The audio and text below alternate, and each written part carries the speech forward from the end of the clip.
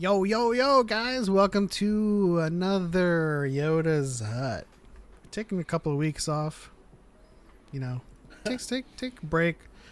Shout out to Yoda's Daredevil Hut. Entertain Satoru Gojo. He's the More like Yoda's strongest. butt. Yoda's. No, never mind. I'm not gonna say it. I was like, don't say it, don't say it, don't say I'm it. gonna get it up. When my power went out due to the storms and my Wi-Fi isn't back yet, Sag. Oh no, that means you can't watch the Daredevil premiere, can you?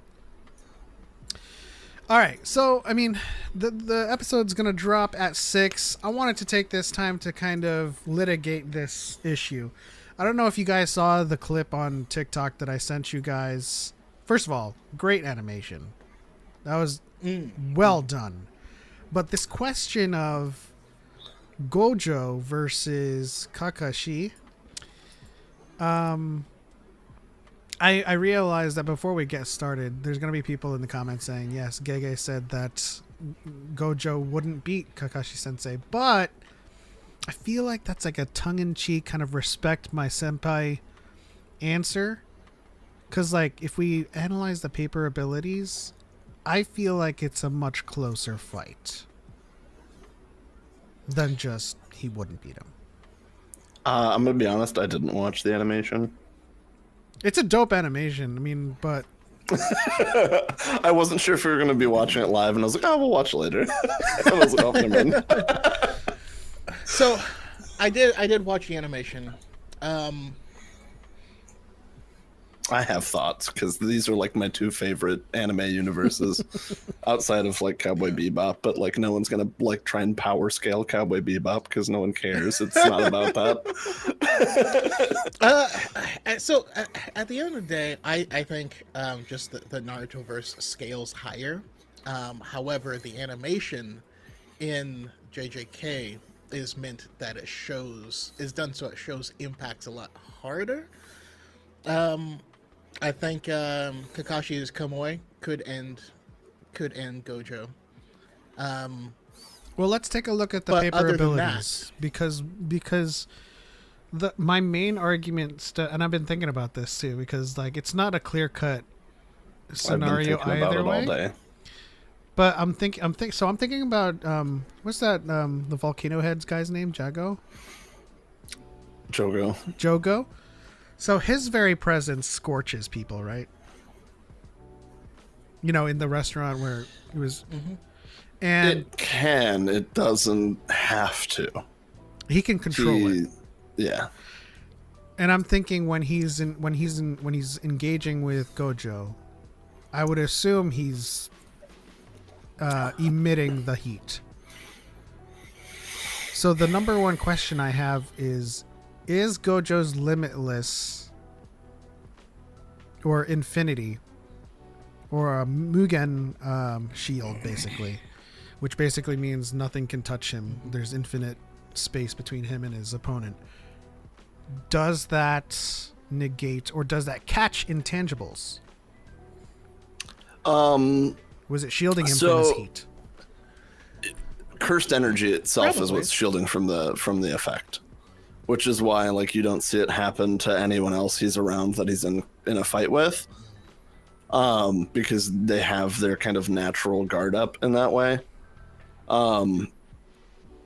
Whereas like your average kind of person that has no like cursed energy control is just kind of like expelling it naturally at that point. So for me, I would say that it's something that like he can do, but to a person, and it's also tough too because like Gojo is just like Gojo, right? So because we see Jogo versus not Gojo in a fight and how quickly it's over for people. And so like he is just kind of on this other tier in the JJK universe when it comes to all of that as well. But like the tough thing is, so is Sukuna, who's the only other person we see like seriously fight Jogo. So it's Does he really seriously fight him? Yeah. I mean, not. I don't think it's a contest, but No, it's absolutely no contest. But like, it is one of those things where he's fighting him with the intent to see Jogo's limit. yeah. Right. It's and that's why he even says like you were strong. Not nearly as strong as Sukuna is, but like he's also somebody who's kind of unfeeling, so he has no reason to say that unless it's true. So the next question I have in terms of his the Mugen shield, or I don't know, Just infinite infinity. Does that catch Kamui? or limitless would be. No. So here's the other tough thing though too. And I think ultimately either one could win. It just depends on who's writing the story and who they want to win. Yeah, I mean, I think ultimately they both be friends and just kind of, Well, that's the reality. So I was thinking about it a lot today. They'd be like, And- "What? You have a spiky-haired kid with some type of demon inside him too? What?" We both like to cover part of our face and have white hair. What? No, but so the way I look at it is, it depends because like Kakashi has like 3 different versions of him really that people would consider strong. There's like There's the War DMS, Art of course. Kakashi. There's like DMS Kakashi, which is after Obito gives him the rest of his which I don't count.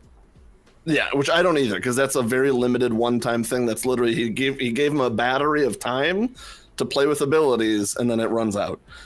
But then there's also Boruto Kakashi, or like the Hokage Kakashi. Hokage Kakashi. Yeah. Hokashi, if you will. Kakashi. Yeah. And so like they each have their own differences, but like honestly I would say like normal like War Arc level Kakashi would be kind of who I would pit him against. But the way I look at it is like Kakashi's a warring ninja, and Gojo loves to underestimate people and loves to just like have conversations first. And so there's a big part of me that sees Gojo just being completely open to Sharingan Genjutsu at the beginning with no way How? to get rid of it. Well, here's the finicky part. How? Because he's always covering his eyes. But his eyes are still open and they're still seeing everything.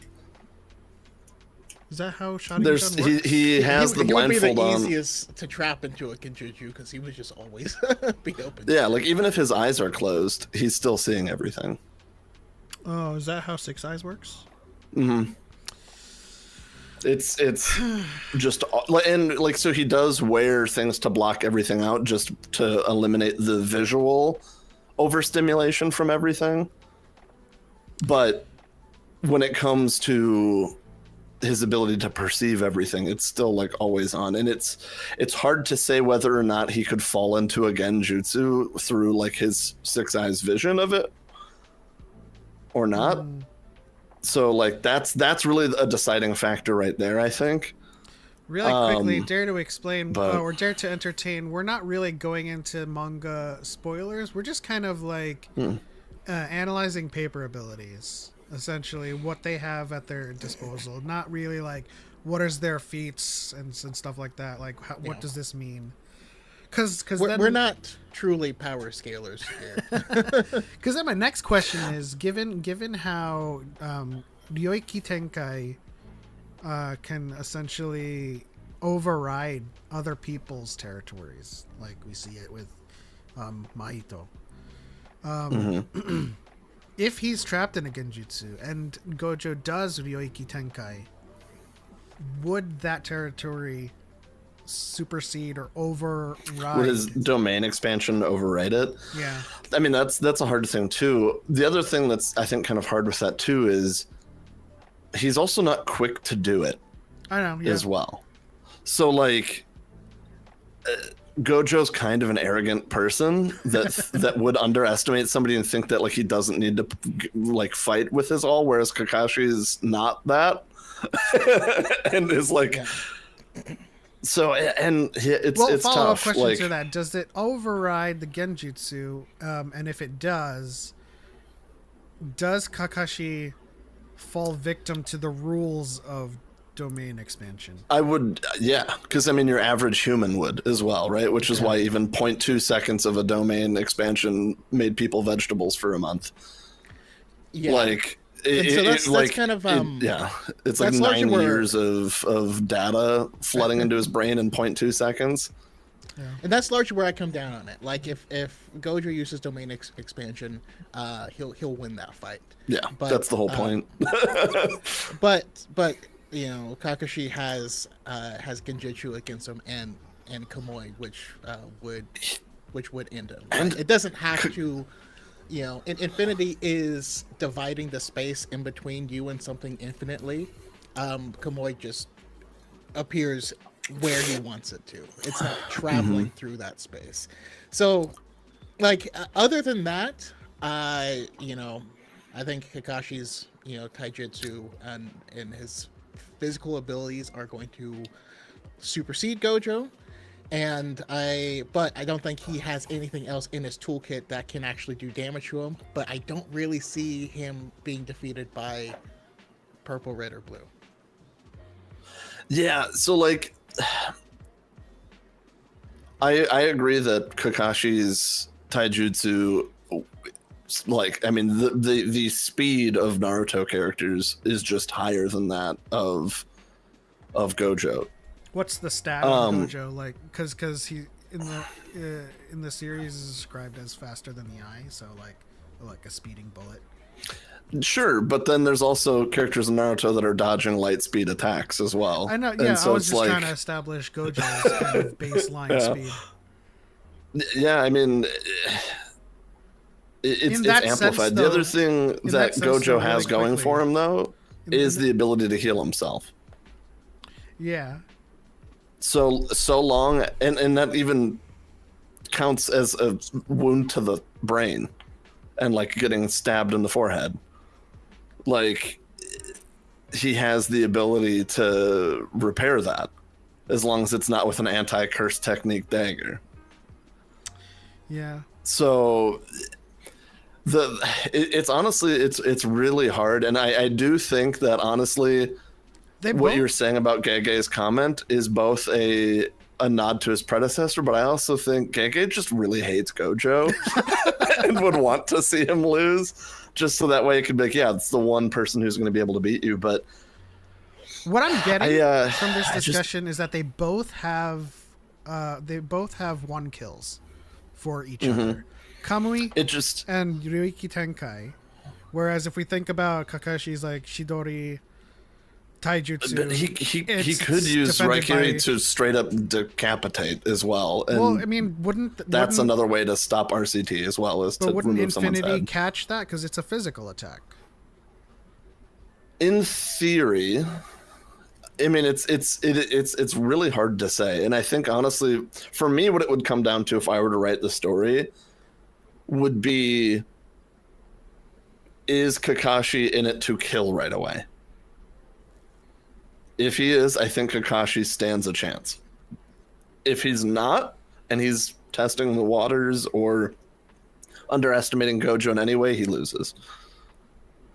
Because as soon as Gojo sees him as an actual threat, he has no way to get through Limitless aside from Kamui, but like I don't even like he can't use that unlimited. Yeah. Right? And we don't like it depends on how it would affect Limitless. It depends on if he could catch him with it because Gojo's not slow. Spooky can say I have absolutely no clue what we're talking about, but I'm happy to be here.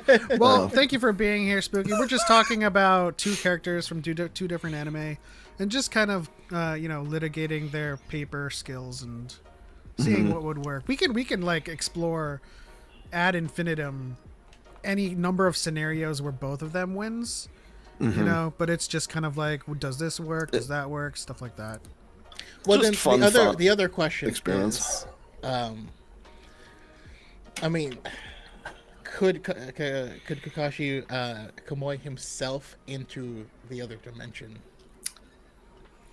So that isn't actually a really like tough point of contention within like Naruto as a whole, because it's supposed to be one eye for the Mangekyo Sharingan has different effects, and one is self and the other is ranged for Kamui, which is why there's a difference between Obito and Kakashi and how they can use it. That said, there is a moment where Kakashi takes himself out of the Kamui dimension with it, which he shouldn't be able to do then if he can only. So it's No. there's a lot of like this, according to the rules you've established, this shouldn't work, but they just do it because how else would, like, they just want to have cool fights and stuff like that. So it's like it's a gray area. Well, then, because my question is, he could potentially use that and leave the domain expansion. Yeah, I mean, And so the other tough thing is with cursed energy for like But, in an effort to just cross over the universes. the tough thing about the domain expansion is he wouldn't be able to function. You don't have a reaction time at that point. It's up and you're hit by it. It's an instant effect, unfortunately, unless you're touching Gojo. But you can't touch Gojo unless he wants you to touch him. Which I want to touch him. no, No, that sounded weird. no, but the person is still thinking. There's a lot of stuff that they're processing. I feel like No, it literally is a lot better than most at doing that. I don't know. I mean, yeah. Ultimately, I think it would depend on who's writing it. And the domain expansion has a sure hit effect that happens instantly. And Gojo's is that it floods you with infinite information instantly. And if 9 years of information can happen in like, what was it, like 0.2 seconds or 0.02 seconds or whatever it was, that nonsense, when you did just the partial domain expansion, at that point, like it's so instant that like you're done. Like, that's why you even see special grade curses immediately just stunned and out by it, right? Like, it's not something that you get to react to unless you're already planning to do something that happens as the domain opens. But, that's one of those things that I think as soon as it opens, he's like, Kakashi's just done at that point. Like, I do consider it to be like the ultimate trump card. However, I do have to be aware at the rate at which Kakashi sees and processes information might give him a small chance. I agree, because I think Kakashi's the kind of person that would see the formation of a hand sign and immediately be expecting something. Right? And be prepared, have a substitution ready. So it's like, cool, you got my substitution in your domain expansion. I'm outside of it just looking at this black bubble. and you've traumatized a log, right? Like, and there's also the concept of shadow clones and stuff like that as well, which Kakashi can do too, which like domain expansions have There's a a sure lot. hit effect, meaning all attacks land. Gojo's domain stuns. It's like Doctor Strange ult in Rivals. I guess the counter to that would be if Kakashi like gets off a Kawarimi beforehand and he's not actually caught in it, and it's just like a log.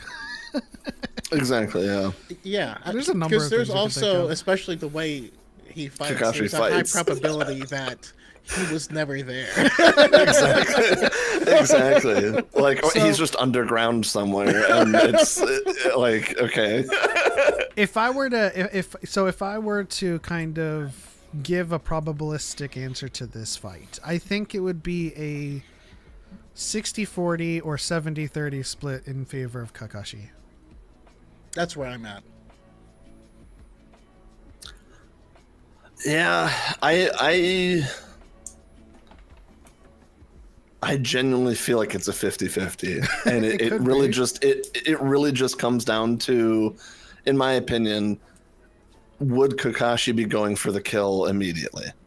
Because even then, like he the way he winds up killing people would be healable from RCT. So I would almost put it the opposite, the 60-40 or 70-30 in favor of Gojo personally.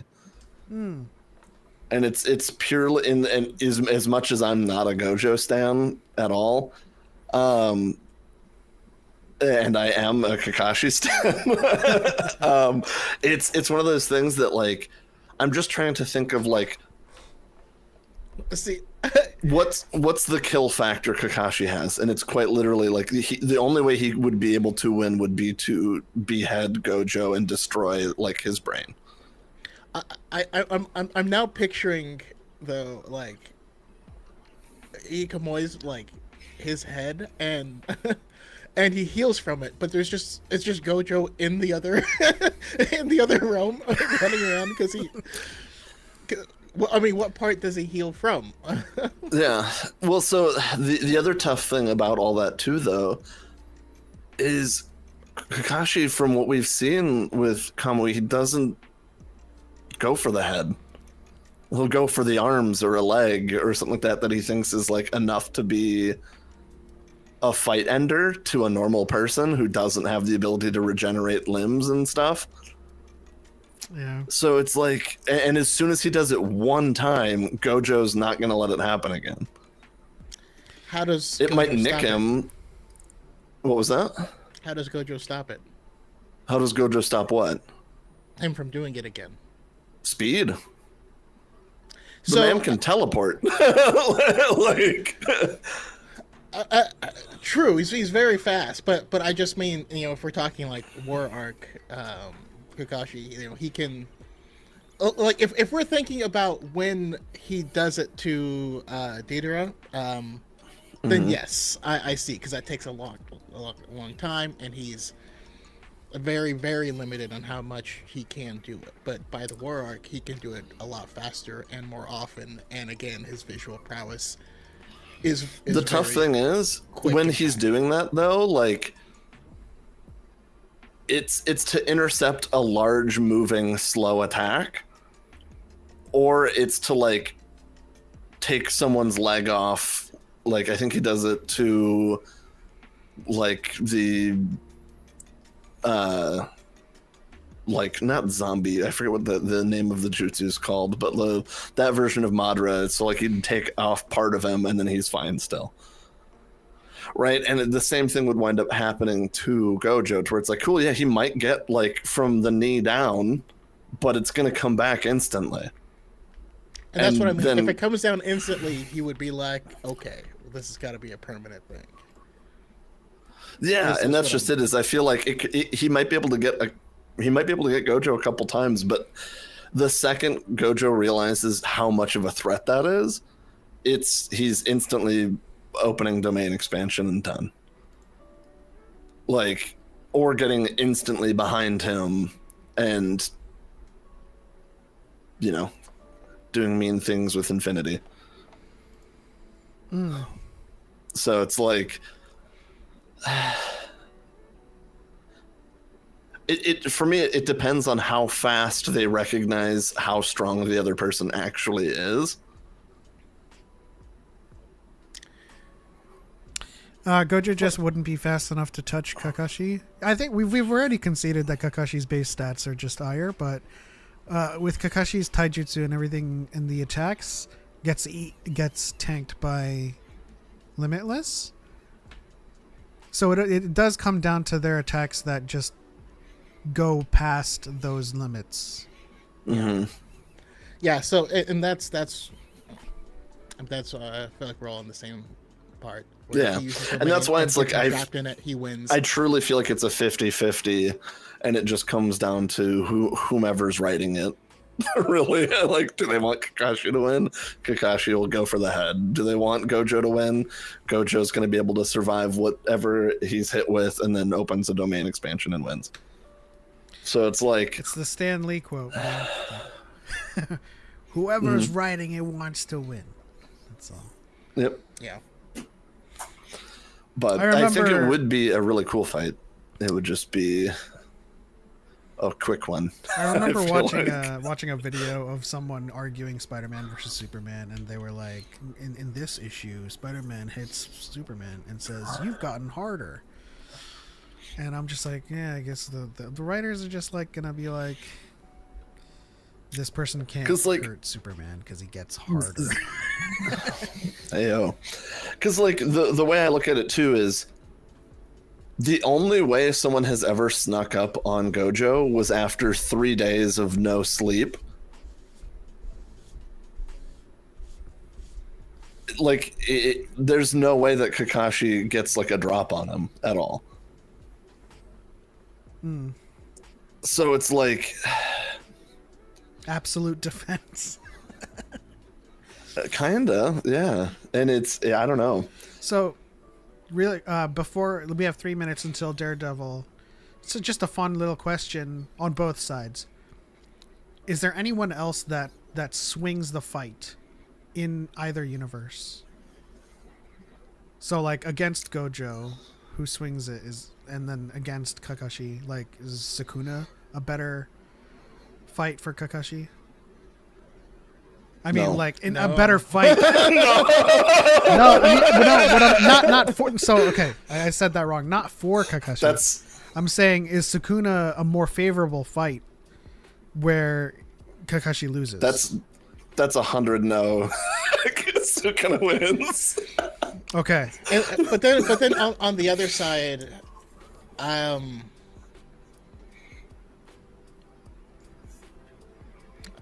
mean, it's very hard to tell because, like, with absolute defense, without spoiling as well. Choco, you've read the manga? I've seen enough. I've been spoiled with certain things. I've read it all twice at this point. Read it now. Whatever. It's so good.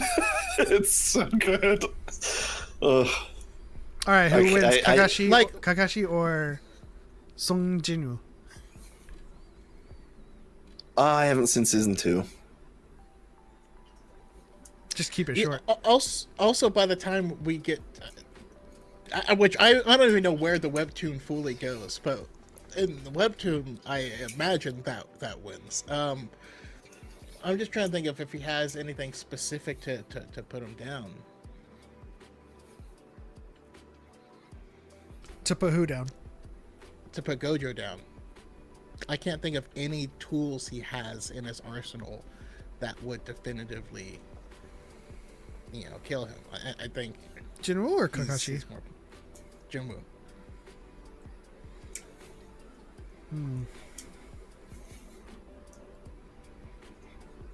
By the way, did you know the most recent episode was the most, like, downvoted and hated episode? Yeah. And it was like, everyone just doesn't understand transitions.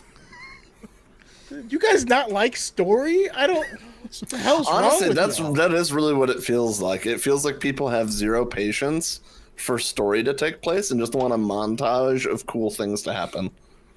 Is this a 2-episode premiere? Jeez. It's a 2-episode premiere. Yep. All right, guys, the episode's dropped. You can keep up with us with the episode counter on the bottom left. We're going to go into the first episode. If there's any kind of like sizzle in the beginning, we're not going to skip it, so don't skip anything. No skippies. Let it sizzle. We're gonna press play after. We're gonna start the timer after this. Kill the tunes. This splash. Okay. Pause the music too.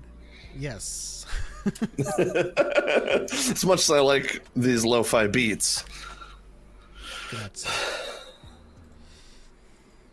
okay. Pressing play in 3, 2, 1.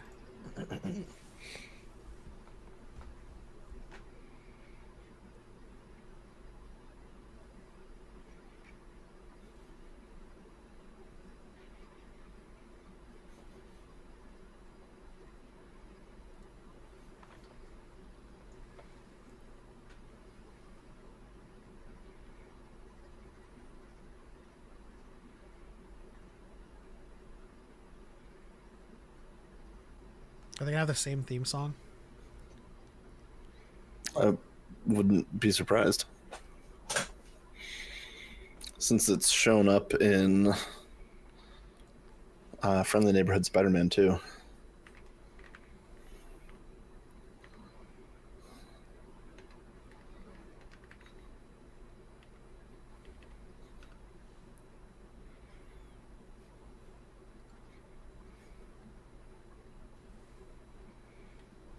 Oh, Deborah and Wool.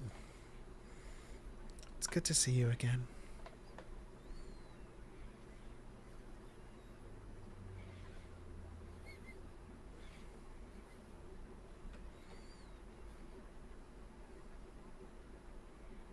You guys want captions? I'm fine either way. Same. The haircut and beard is working for Foggy, though. Right?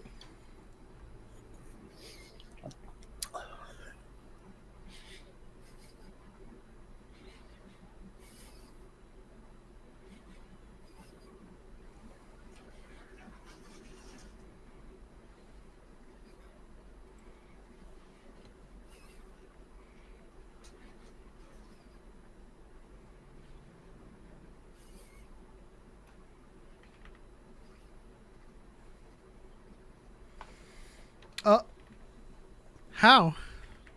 What other ways? I'm in Defenders.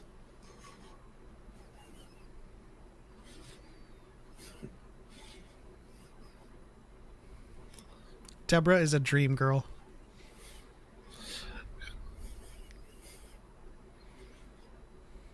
Give us Luke Cage season 3. That's how the city protects itself.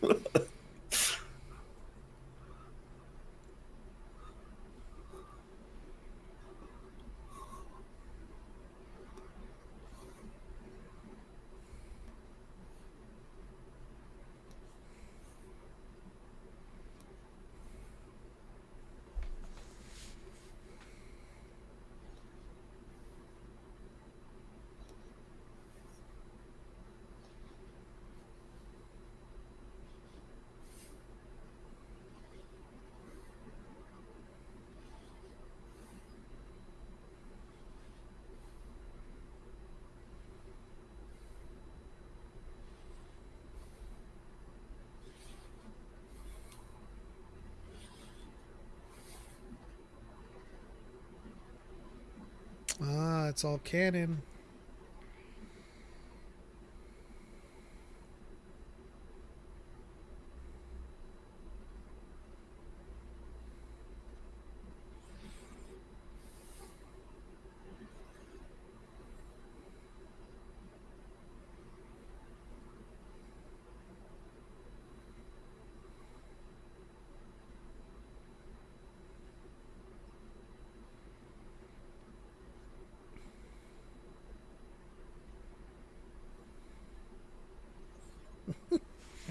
That's a good quote.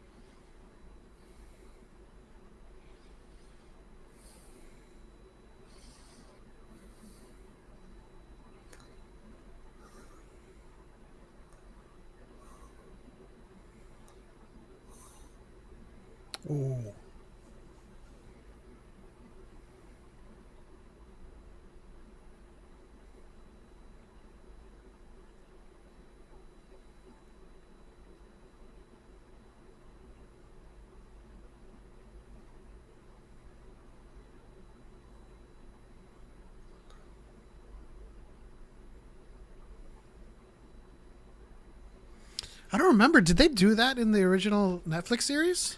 Not like that. That's a new visual way of showing it.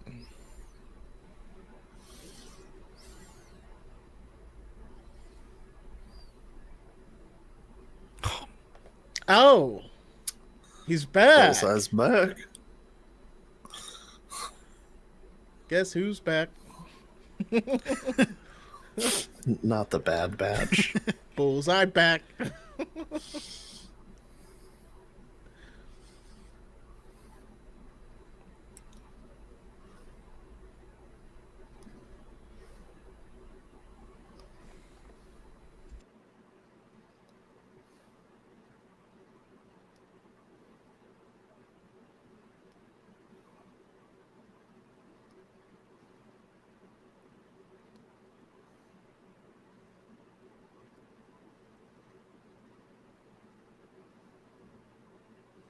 Quite the secure building.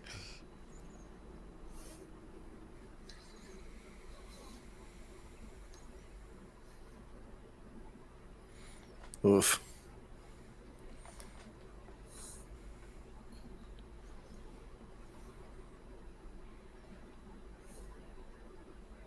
Hey. And Oh, they have the score. Let's yeah. go.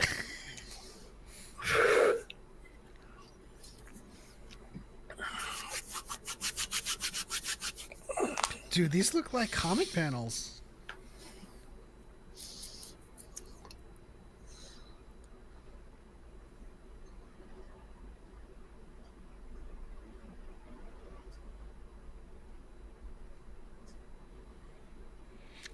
Don't kill Foggy. I'm gonna be so mad. Oh, frick. Literally.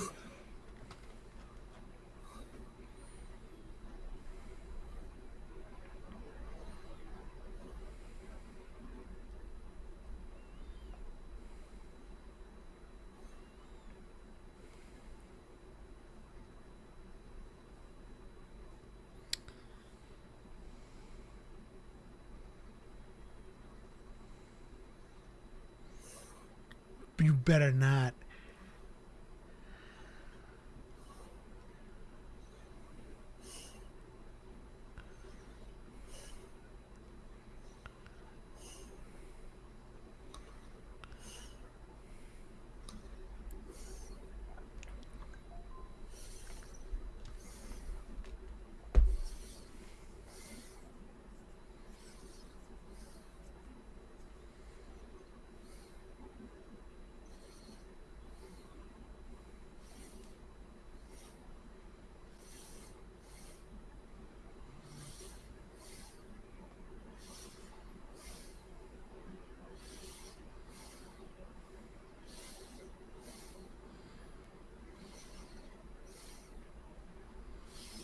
Oh, It made my teeth hurt.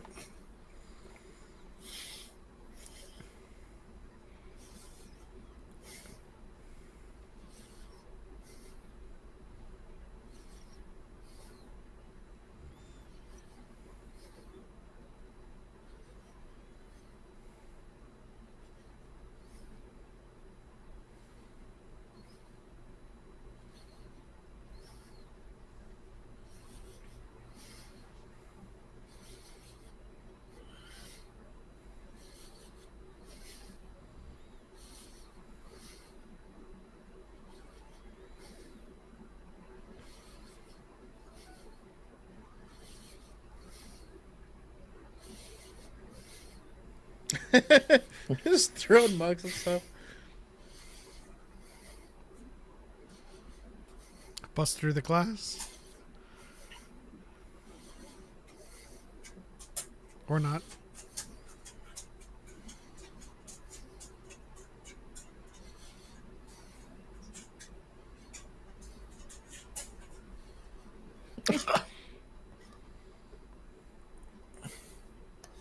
That's such a cool way to show Bullseye's power, or like ability to not miss. Just like the ricochet shots out of left field.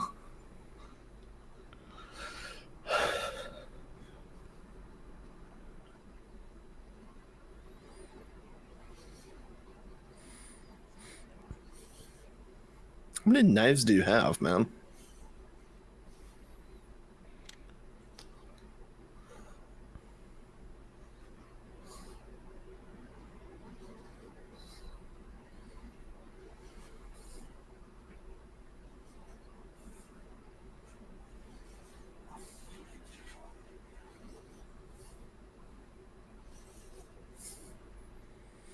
You know what I love about this fight is that Oh my god!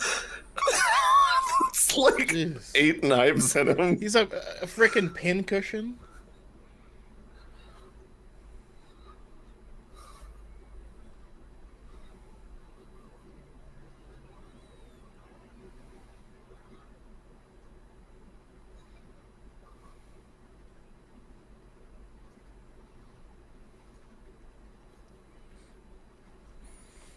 I love that Daredevil's getting hit.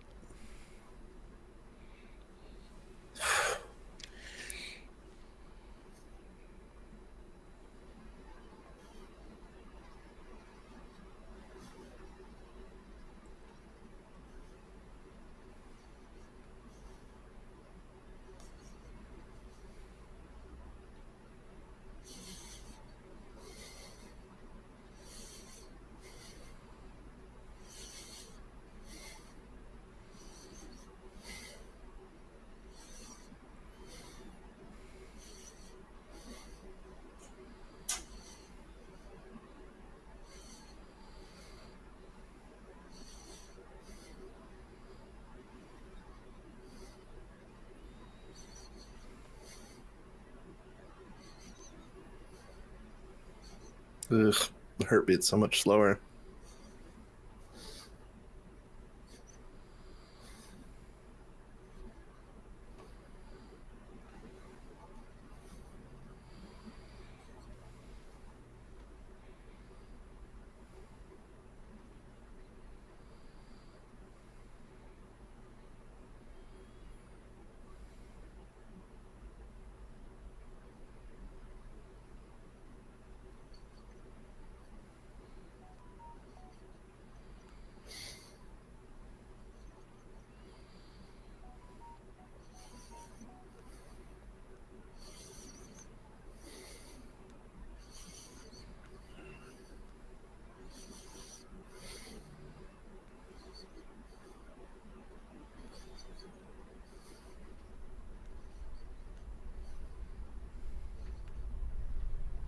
Jeez.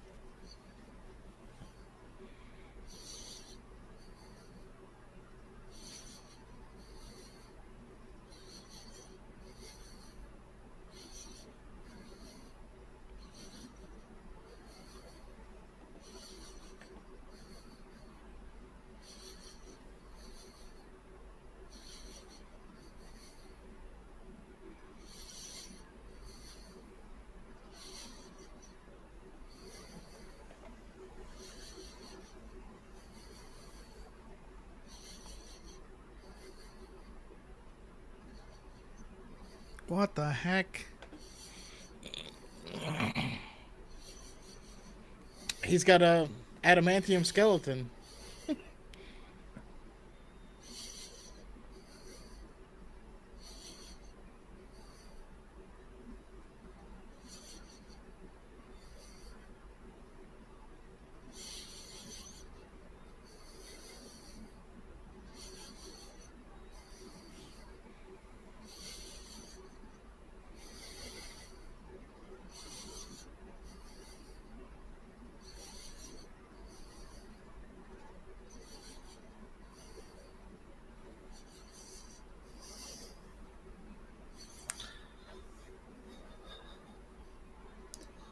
So Well, that wasn't very cash money of Disney.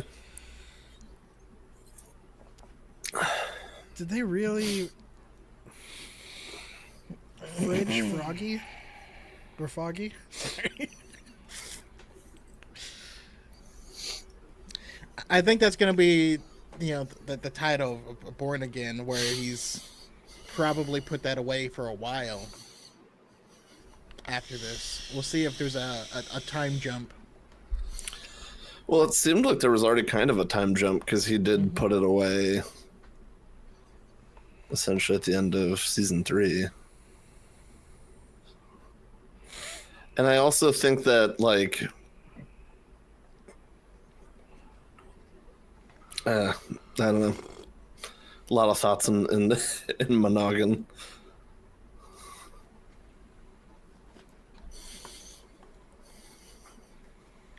I mean, he's got to figure out who ordered the hit.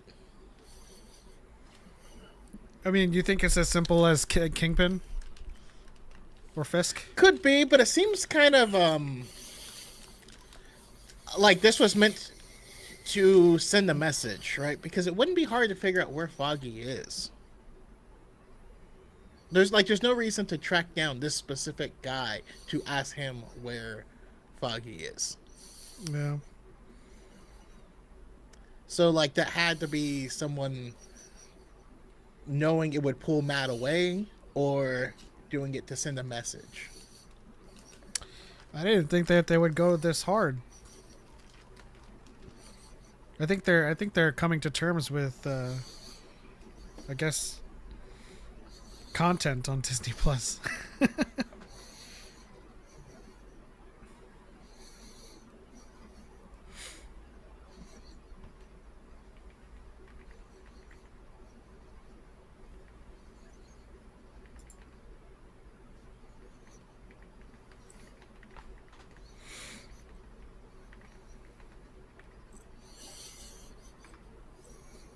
Cal, can you do me a favor? If you don't have anything to say, mute, because I think you're breathing really heavily.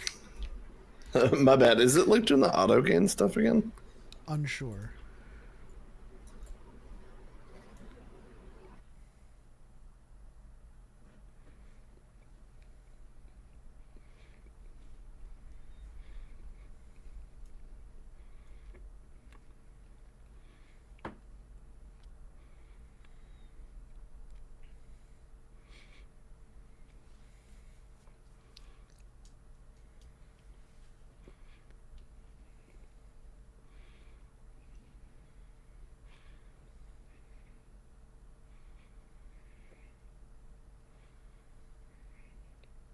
What is that?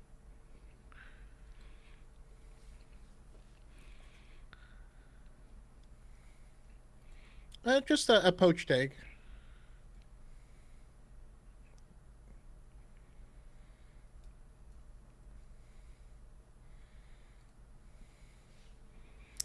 I mean, I hate the dude, but it's good to see Vincent back.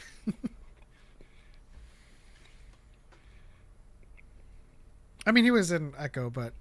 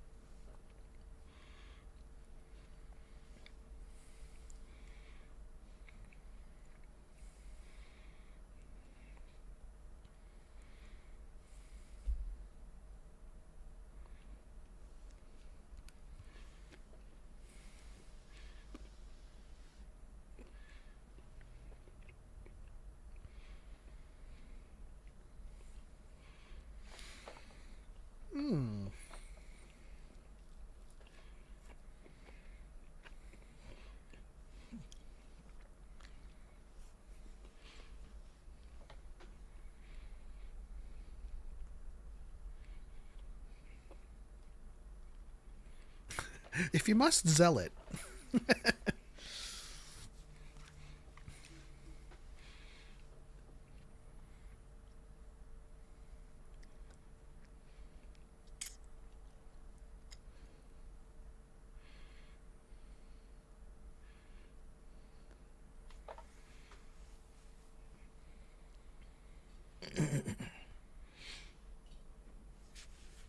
The music.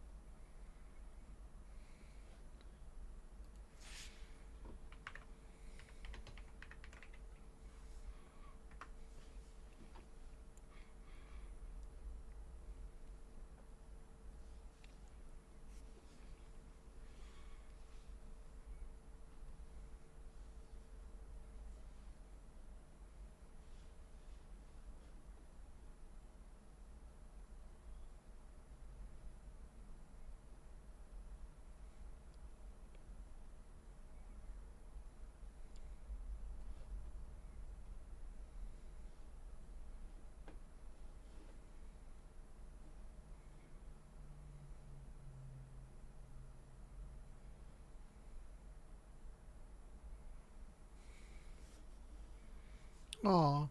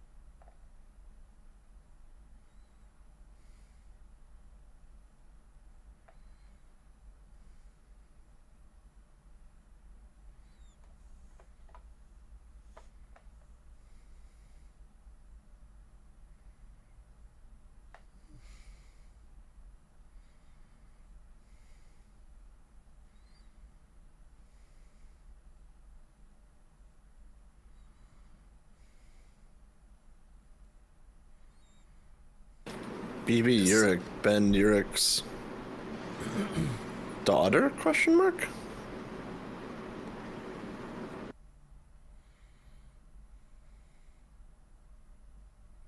Why does that sound like AOC?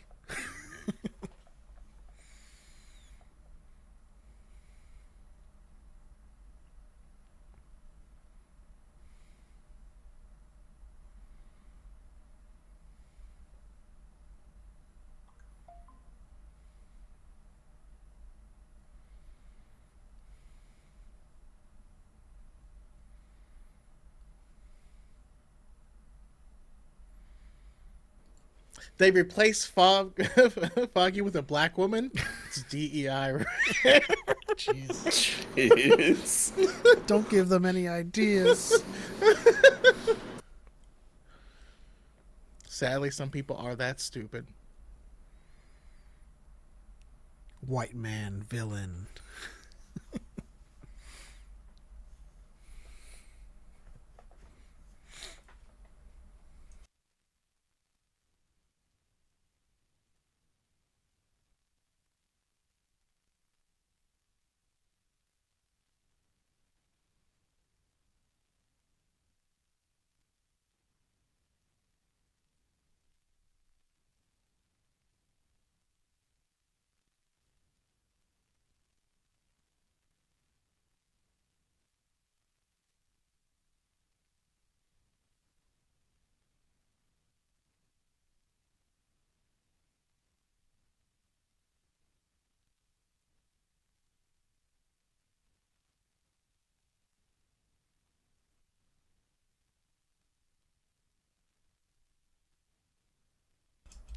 Well, they're really laying it on heavy.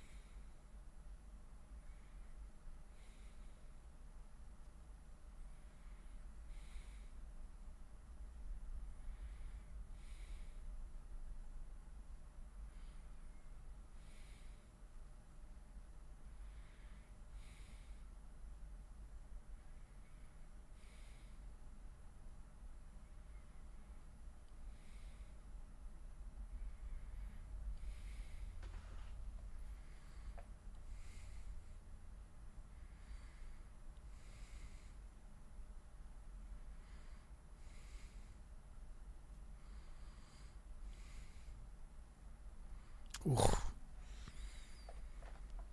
Charlie Coxman.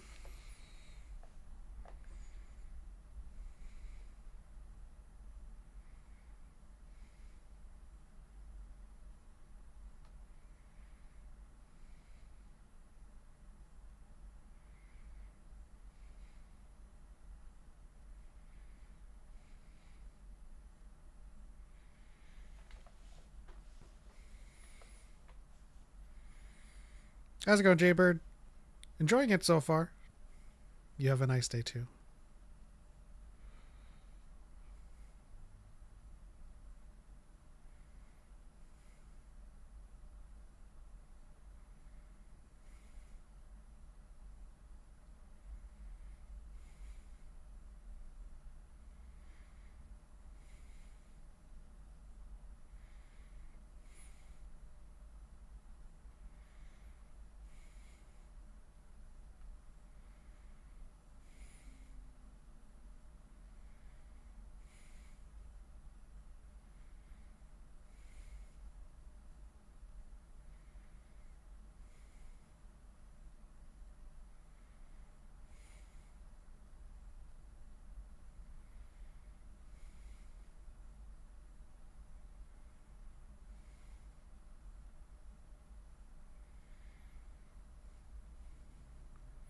Is this how they get Karen Page to not be in the show too? Yep, she's gonna go back to San Francisco, so she only shows up for the final episode. I don't know.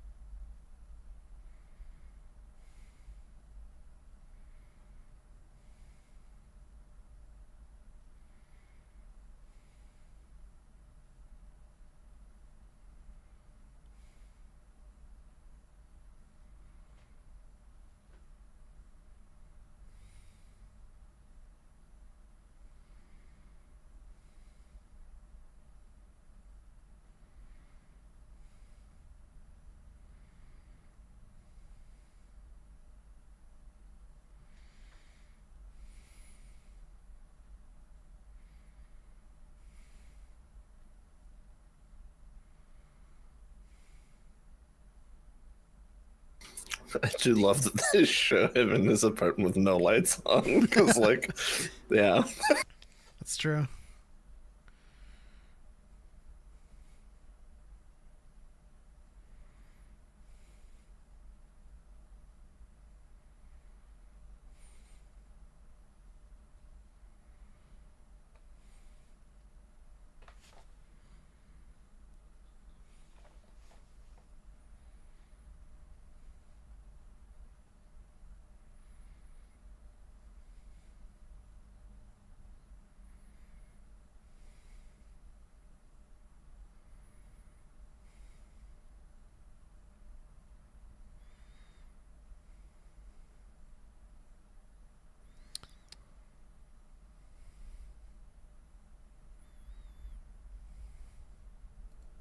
Oh hell no!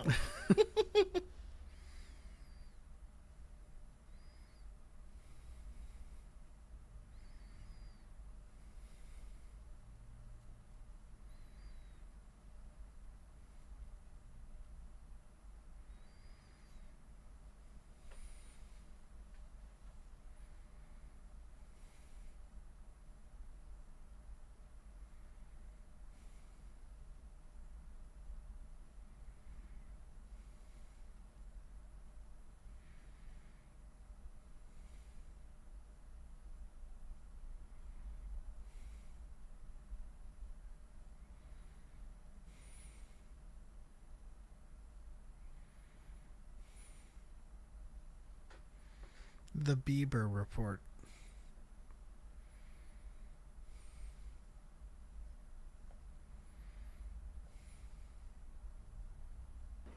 I think it was BB report, but with a heavy accent. Bieber report.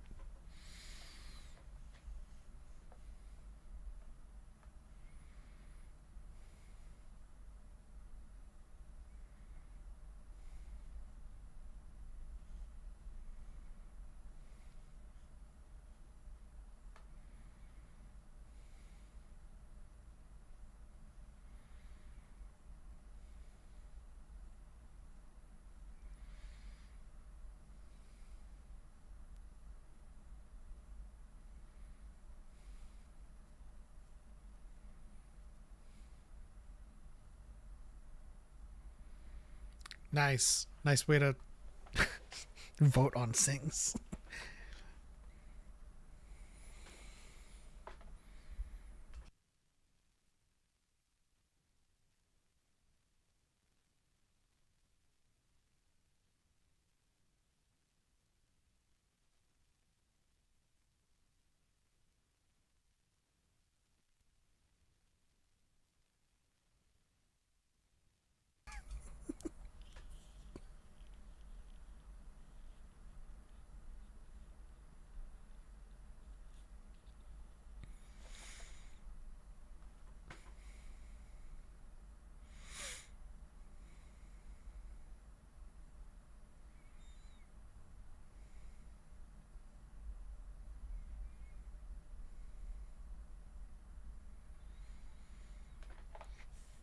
Murdoch and McDuffie.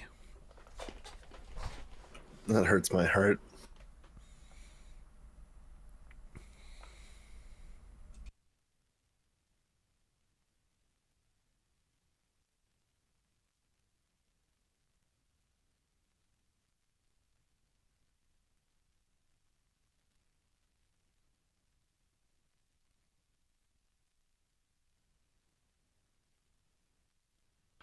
Well, this is disturbing. What do they say about life and art? Yep. I wouldn't. Like, he's a convicted, like, criminal. They wouldn't elect him. That's never going to happen.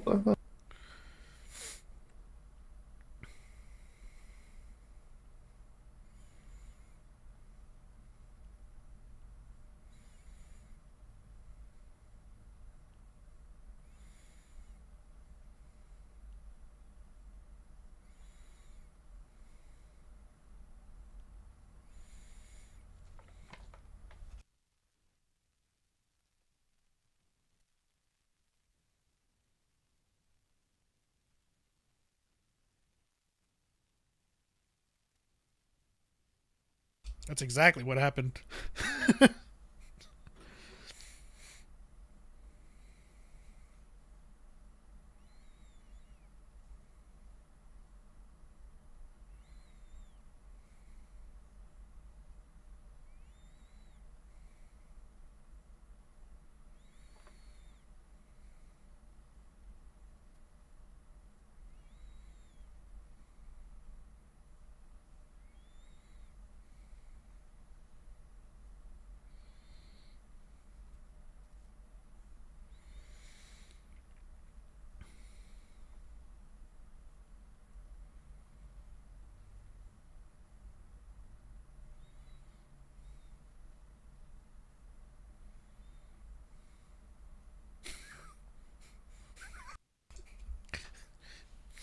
An accurate one.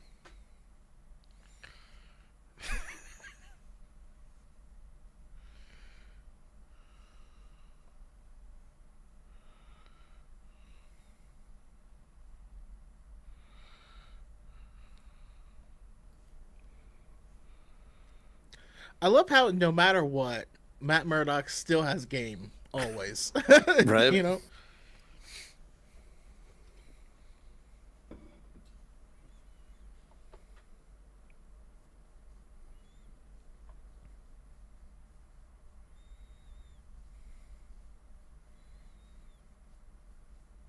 Wow, that did it.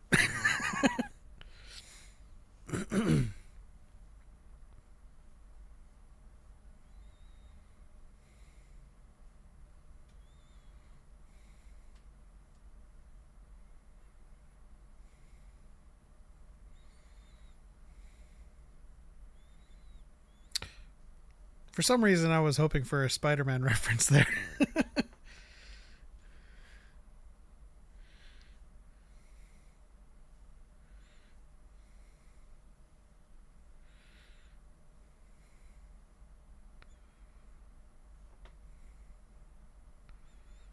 uh, CGI pigeons, the mark of New York.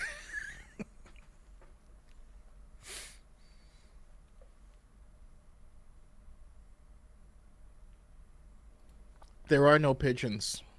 They're drones. I don't know.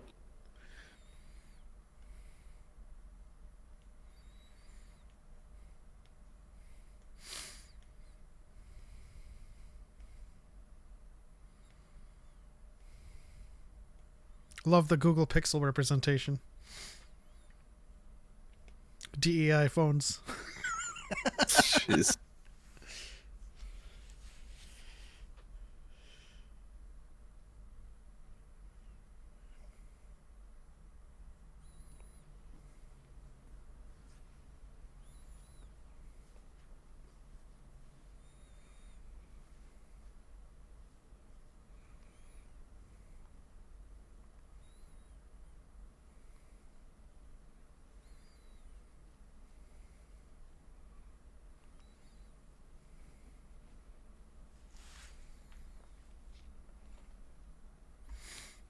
Uh-oh. Uh-oh.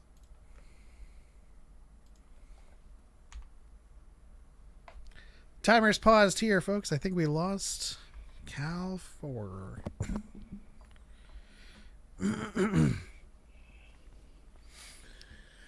Well, how you feeling so far?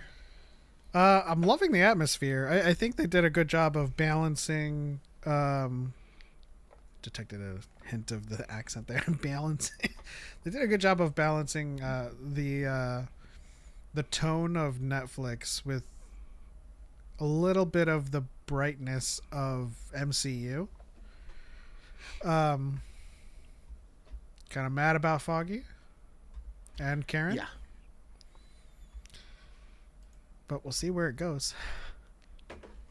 I mean, what it truly feels like is it truly feels like the next series in a comic line, right? If you read comic books and you like really like this writer and this artist, and then they finish their run, and then the story can pick up later, but this time it's a different writer and it's a different artist.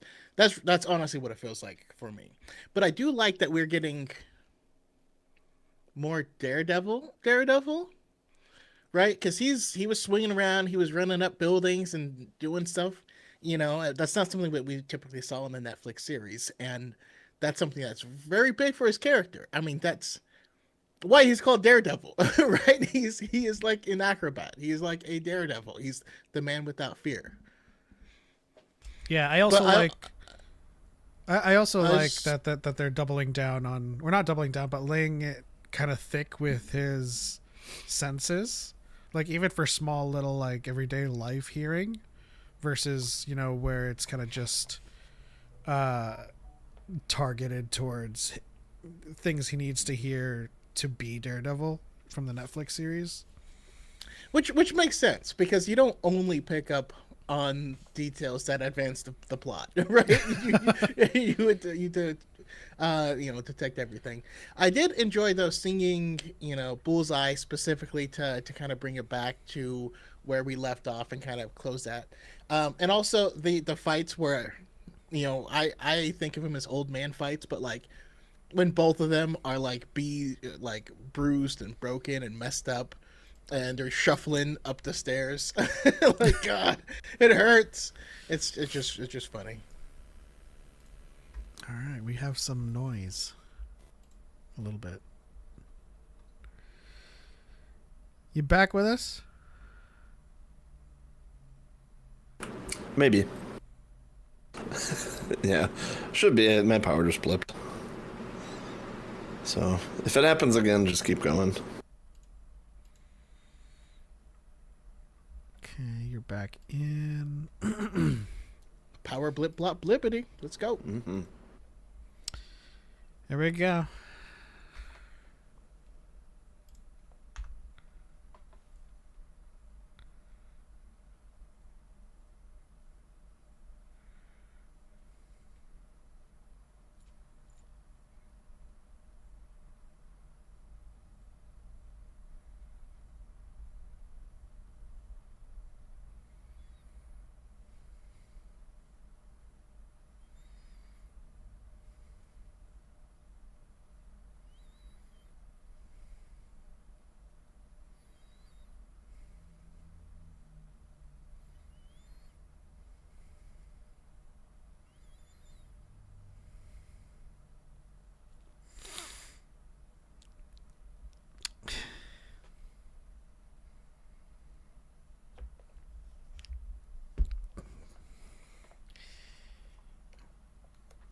Restraining myself from making an allegorical comment. Is that your Fafos face?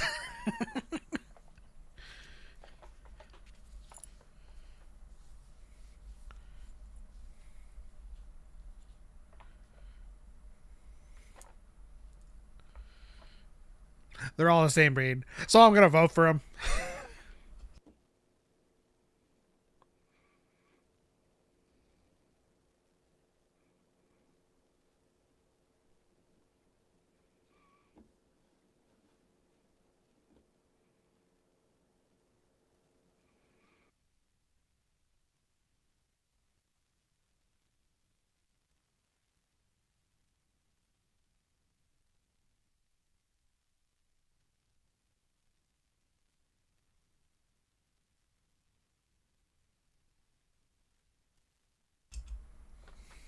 Is that like Old Testament X-Men mutant registration right there? Yeah, pretty Also, the much. Sokovia Accords too. Yeah.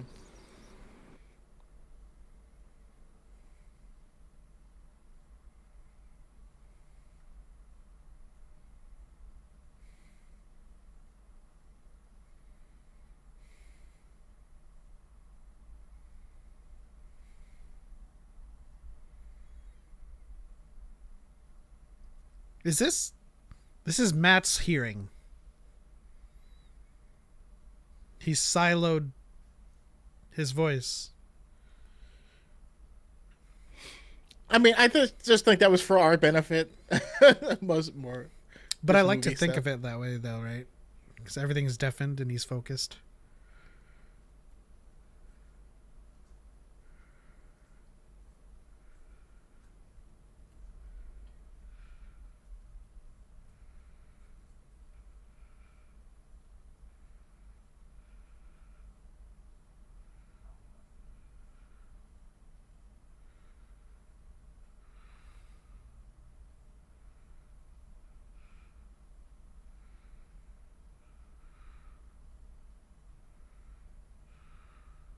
Hmm.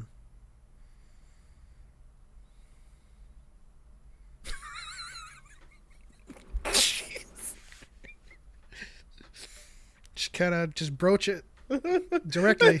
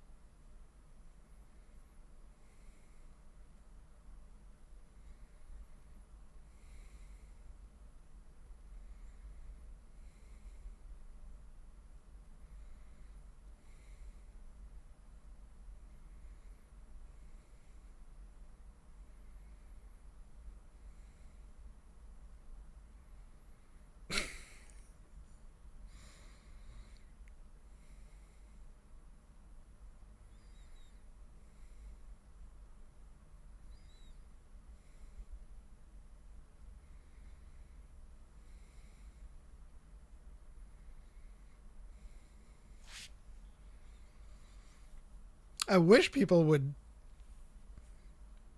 consume that line about a rich man inherently being self-serving.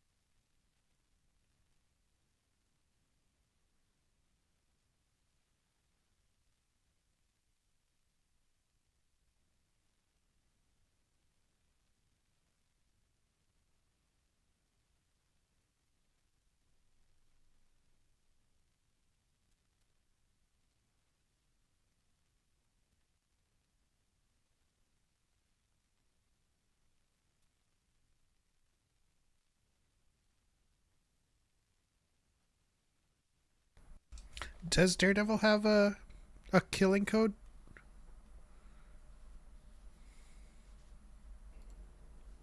Yeah, yeah, definitely. I mean, he still tries to be a good lawyer.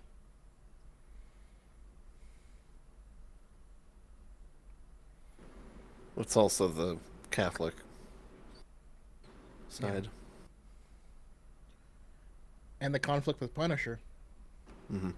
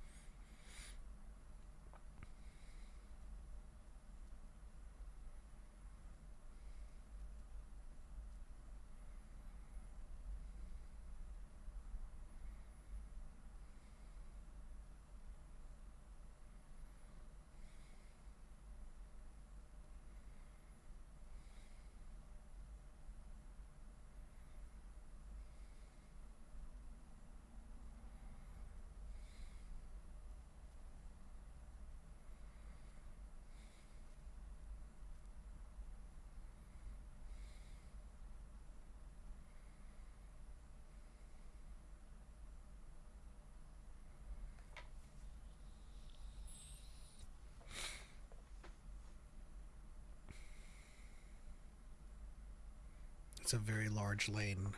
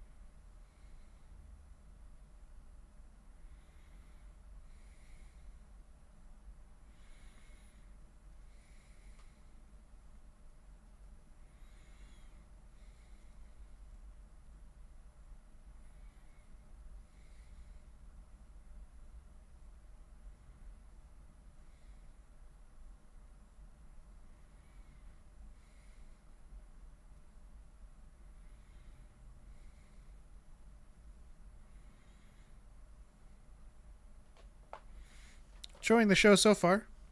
Nemo.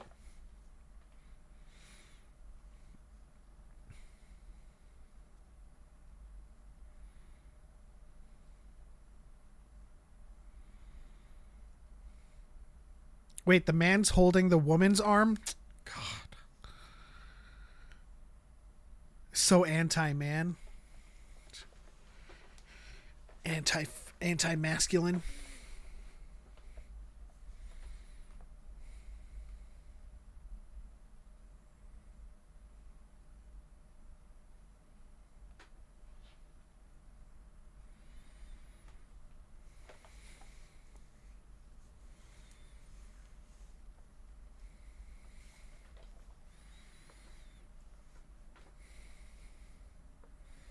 That's how we all felt.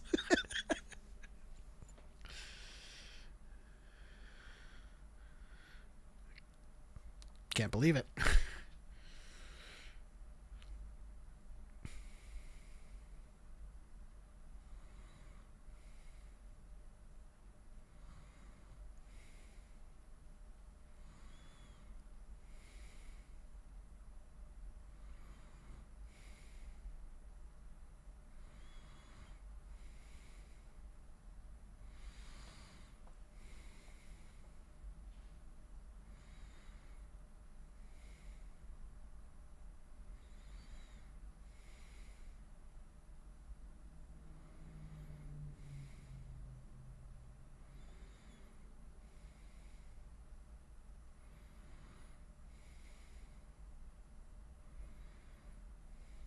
Is she not a major, like, visible figure anymore?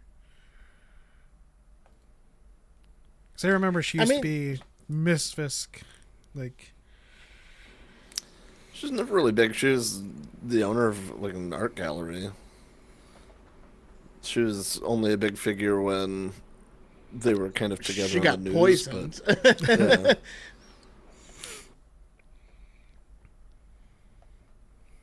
But yeah, she kind of stepped up when Fisk was in prison.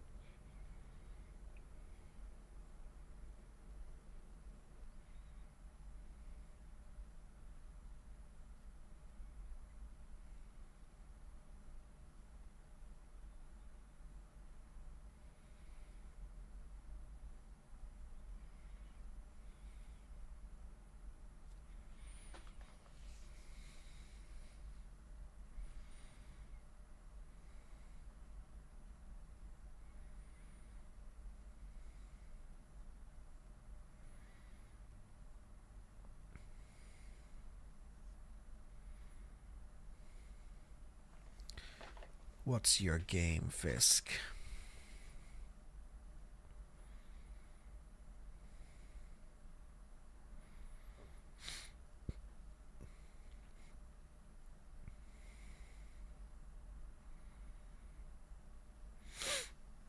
Do we think Fisk is a misdirect? Is he really just not going to be the villain? I mean, it's entirely possible that he's sincere in this, but I think it's inevitable it's going to come out that Vanessa is the big bad, and he's probably going to break bad to Yeah. keep her safe.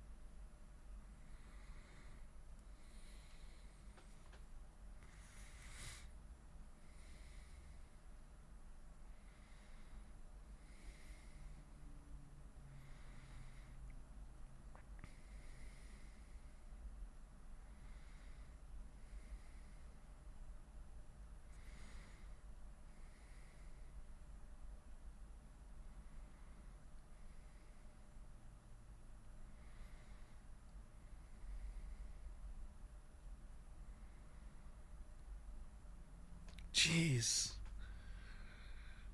What a fake face. I mean, he did that perfectly.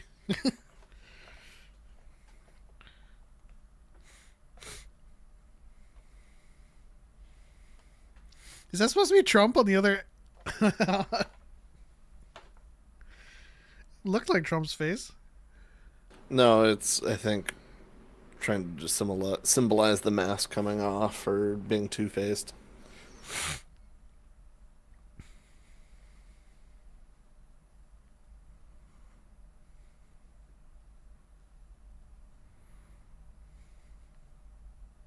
Also, I'm curious if that's Muse.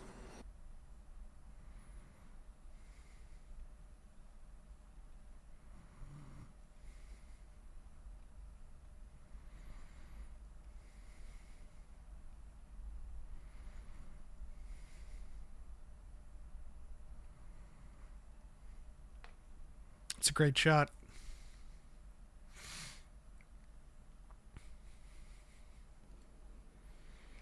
Well, because yeah, I mean, when someone like that criminal gets put in, it's gonna embolden just the worst elements. Yeah.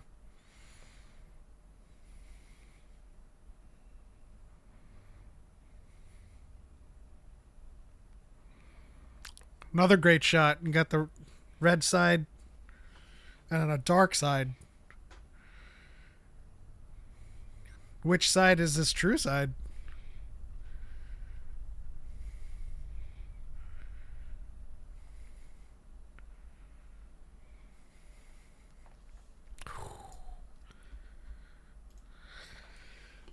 Great first episode. Holy crap. Uh, I also No, love the symbolism of it being pulsing, because it's like, at first the motif is like he has two sides to him and it's the red side, but when it's pulsing, it's like it's coming back to life. It's like on its way, just slowly, you know. To quote Adam Warlock, "Born again." I mean, I had to do it at least once. I have a feeling that that's going to happen more than once.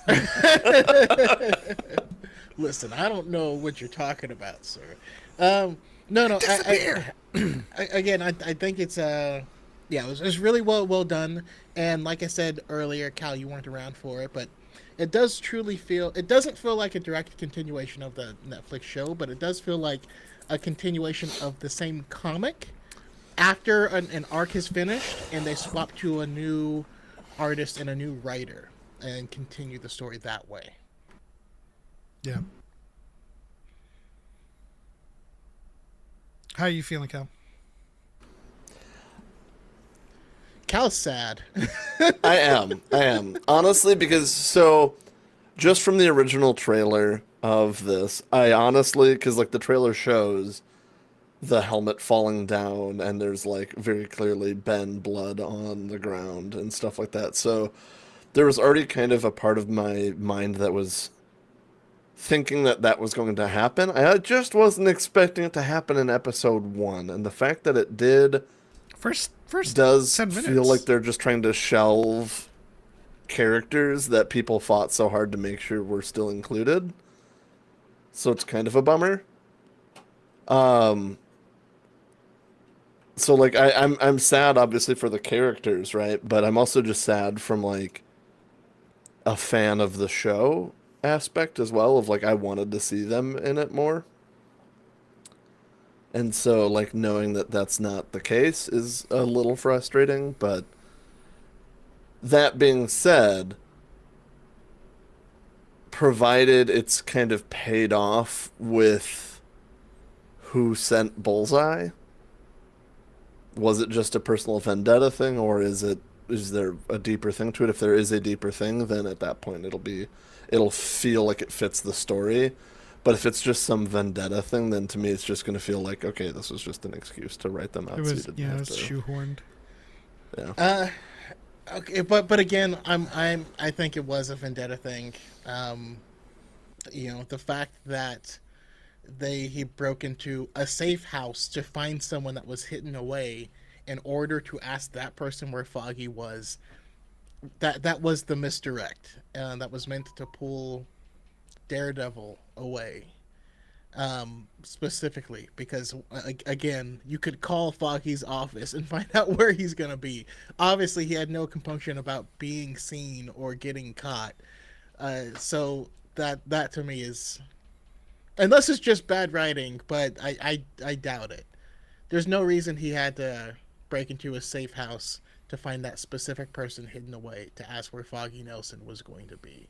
He could find him a lot easier than that. Though I don't. So my read of it is that he didn't need to do that. to find Foggy. He needed to do that to draw Daredevil away. Yeah, that's what I'm calling, and that's why I'm calling this was actually Vanessa. Yeah, I could see it being a vendetta of somebody else, but not Bullseye specifically. Oh yeah, no, Like no, not he's got Bullseye's. stake in it, but and that's what I was getting at more is like if it's just a vendetta of Bullseye, then I'm a little upset. But if it plays into the vendetta of like Vanessa or somebody like that, then yeah, I'm all here for it. I'm actually going to put my chips on someone else entirely. I think that Fisk and The Hand. Vanessa are ultimately vehicles to introduce the real villain. Catalysts to get Matt back into the suit because he needs to be born again. And once he does that, we may be dealing with someone else behind the Yeah, scenes. that's entirely possible. The reason I said Vanessa is because she's literally the only true villain we've been introduced to, except for random guy sitting in the chair that the camera lingered on extra long, just to show us that guy's gonna do something or be something. But yeah, it's entirely possible that we end up introducing someone even more sinister behind it. But I honestly do think Wilson Did you say Fisk is trying somebody to change. even more Mr. Sinister? Or did you just say Sinister? Maybe that's just my He just more, said more sinister. sinister. No, but I do stick with what I said before, that Fisk truly believes he's turning over a new leaf, and but his love for Vanessa is going to pull him back in. I completely agree because I feel like the end of Echo kind of set that up Shout out with to just shoot in the face. no, that was Hawkeye. Huh? The show Echo ends with him No, on the I plane. mean, but Echo's the one that shot him in the face. Echo's Oh the one yeah. who shoots Yeah, him. yeah, yeah. No, but the end of the show Echo really showed him being actually like shaken to his core in a way. So I He just do wants genuinely family. You have kids. I do just think that like it is sincere from him that he believes he's changed. Yes. But then when things happen with Vanessa, he'll realize no, he's the same person he's always been. In both of them are another going to fall back into old patterns. in another Earth, the conversation was, "Good to see you, Matt. Do you have kids?" And Matt's like, "Yes, I want kids." Give me your kids. They're mine now. All right, let's press play on next episode. My body is ready.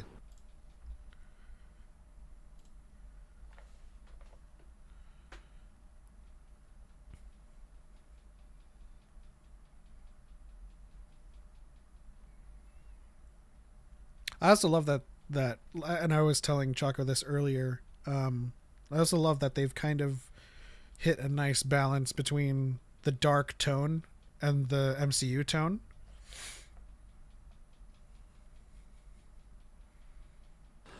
Yeah, I mean, honestly, the that was one thing I was really worried with the show coming back was that they were going to pull punches, Yeah.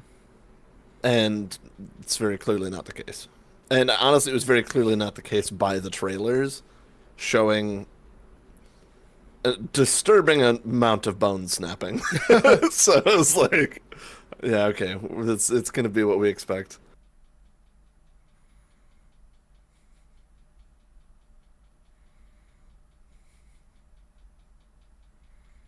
I also like how quick that happened.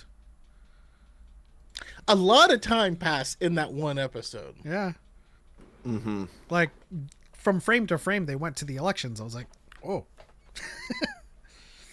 A lot I of mean, times happened after season 3, and then a lot of time happened in that episode. We went from Foggy's death to the sentencing of the killer, which is not quick in the American justice system.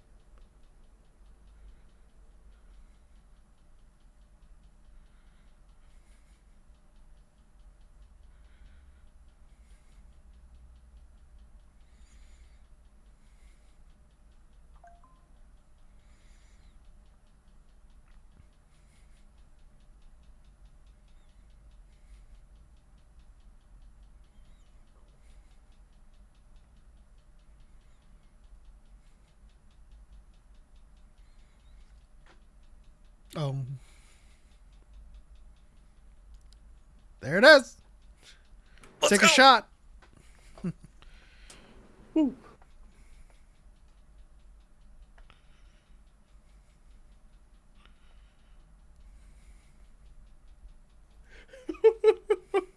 What are you gonna do? Move to Boston? You hate the Celtics. I love that logic. It's That's so bulletproof. funny. It's so real too.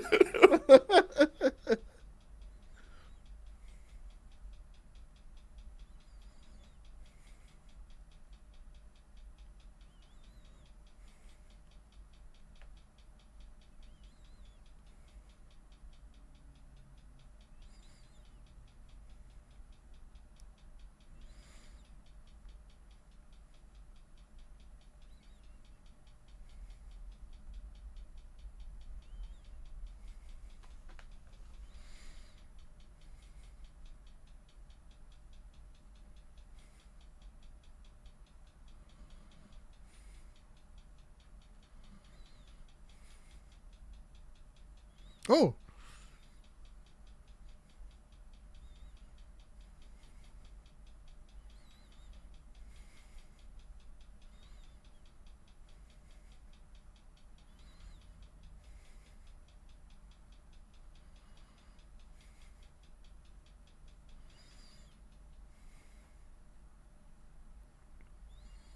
oh. Okay. So you had a bad day. Camera don't lie. Oh boy. Why would you do Excuse that me? now? Why would you full on just have that fight without identifying yourself? New York's a wild place, man. Jeez. I Literally remember seeing that, has a full fight. in the trailer, but my god, I was not expecting that. Also, we've gotten an F bomb in both episodes. Seriously, man, it's like there's like a huge firefight, and then like someone's like trying to stop it, and then like everybody dies, and then you're like, hold on, we're SWAT or something. Like, you mind you mind Not identifying to yourselves mention, you know, first? the whole you holding a dude up in a subway terminal to begin with as a cop. Like, excuse me? Shady stuff. The scales of justice crumbling. The shield of a police badge. You know, not a lot of people This is a really cool know intro. about Colombia. Whenever people are talk about the separation of church and state, they forget that like America created its own deity in Colombia to be the secular deity.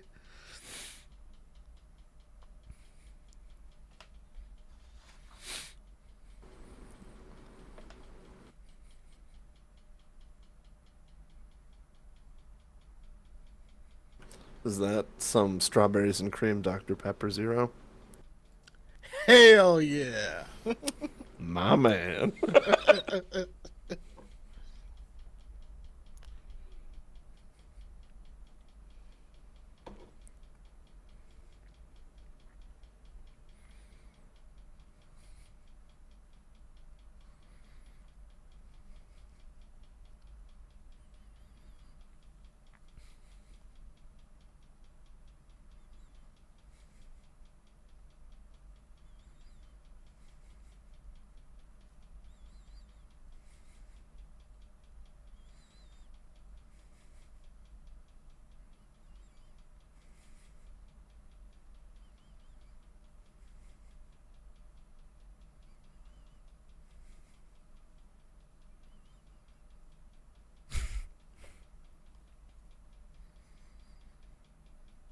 $13.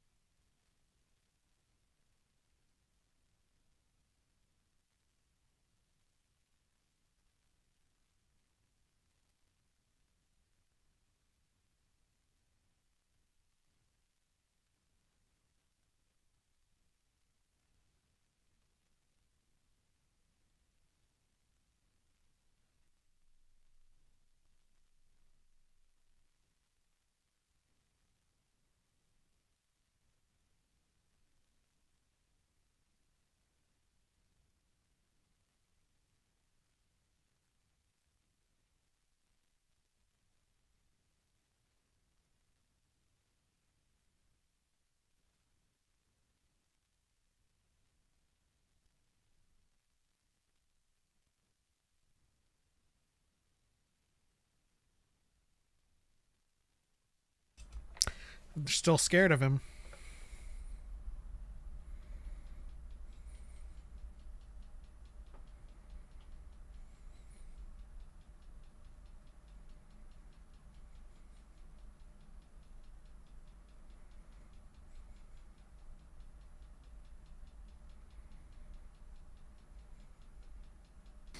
Could you grant us a few episodes without her?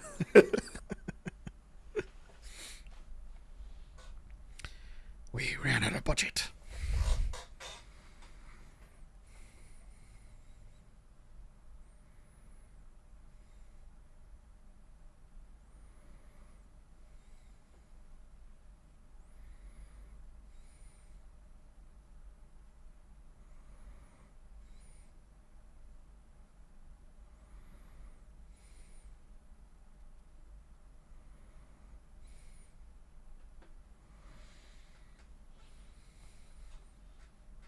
How many conversations do you think he has that end abruptly where they're like, that?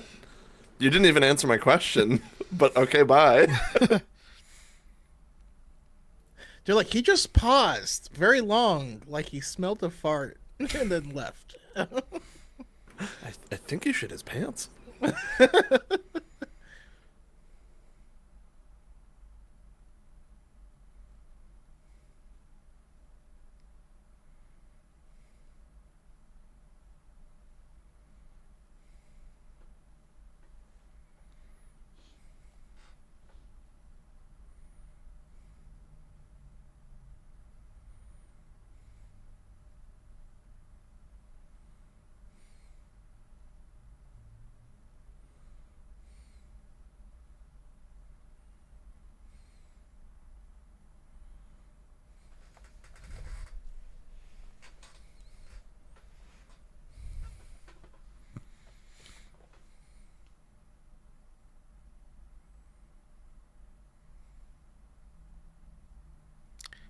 No lie.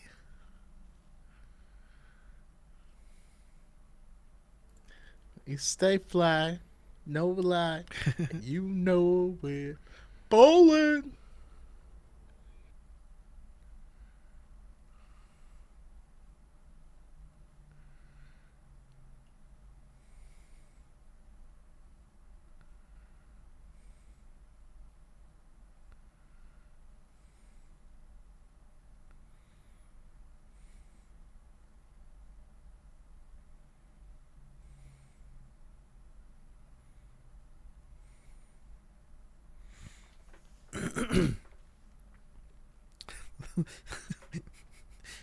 That's what he does to everybody. You're blind? You got good eyes.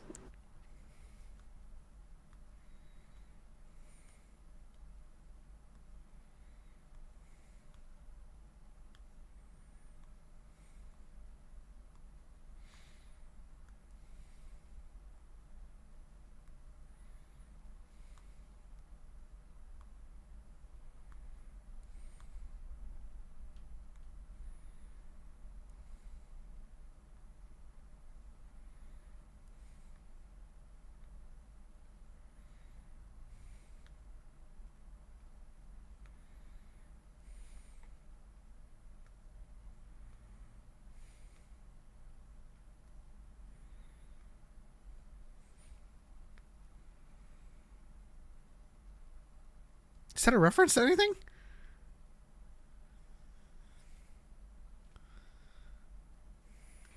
I think it's a reference to your mom. Not cool, man. Roasted.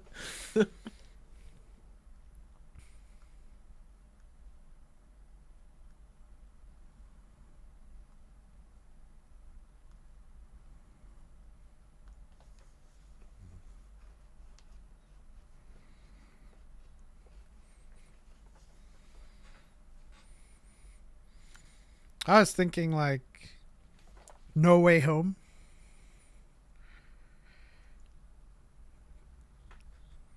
But that's not the bridge that they were attacked on.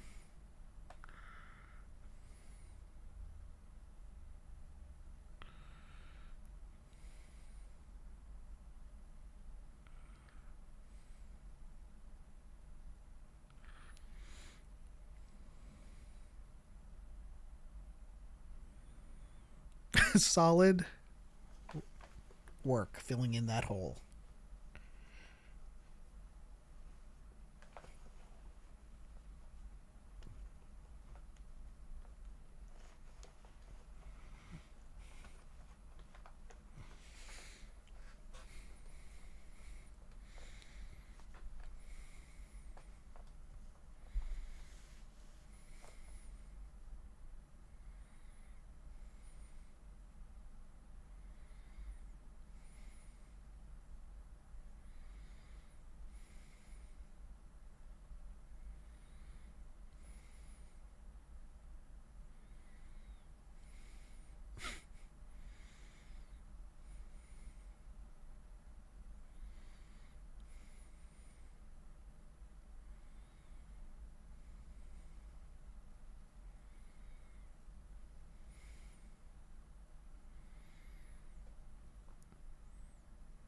This is also something I'd like to see more of too. Him being a lawyer.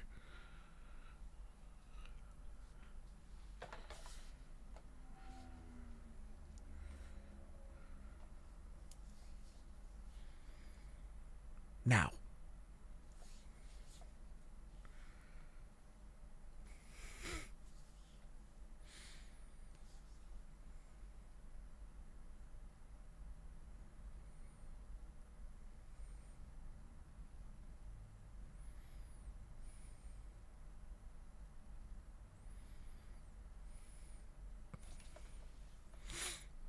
Is he innocent or his story doesn't track? Yes.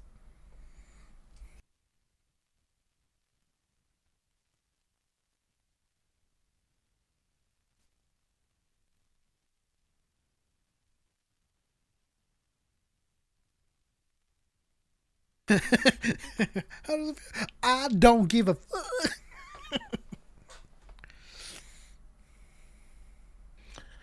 I just want to say, we do not care. Spooky Kitty says, I want some cheesecake, man. Well, listen, Padme's not around. Is that what we're calling her now? Cheesecake? No. I'm into it. I said it in words only Spooky would respond to.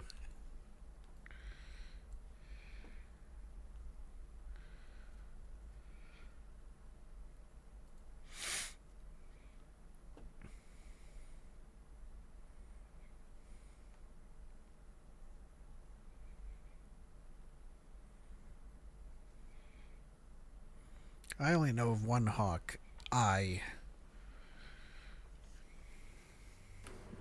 Never miss. Hack and slash.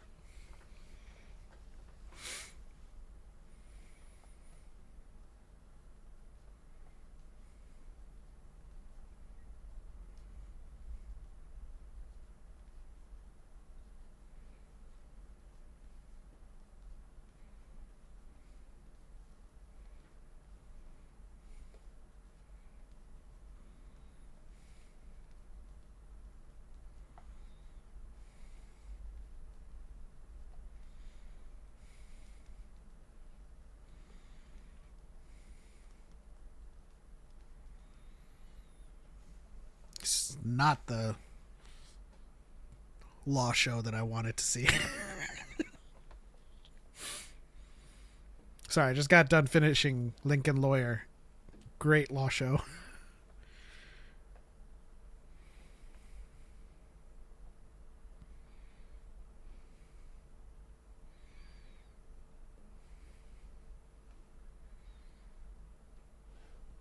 Who is she?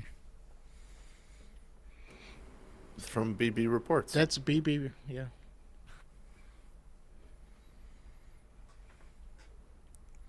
I was more asking for her name so that I can do some research later.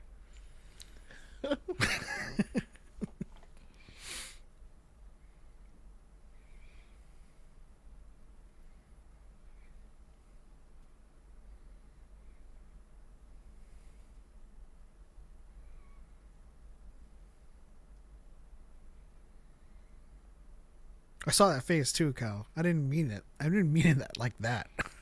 I meant her name so I could look up the actress.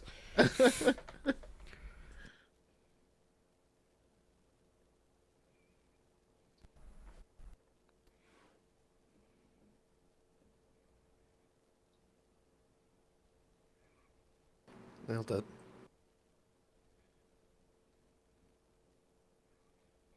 You I killed had him killed. No, he didn't have him killed. He's the one who did it. Yeah.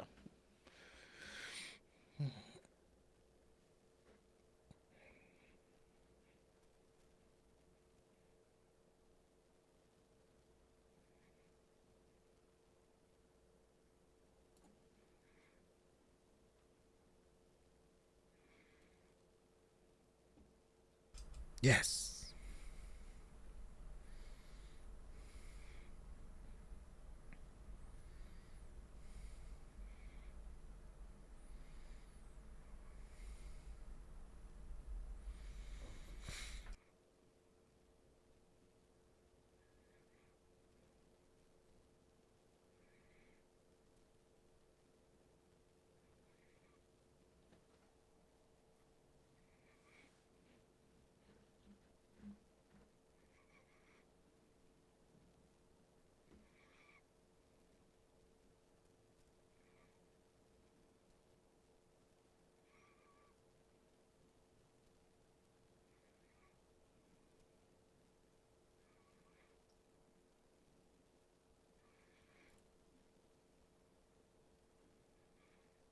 Bye.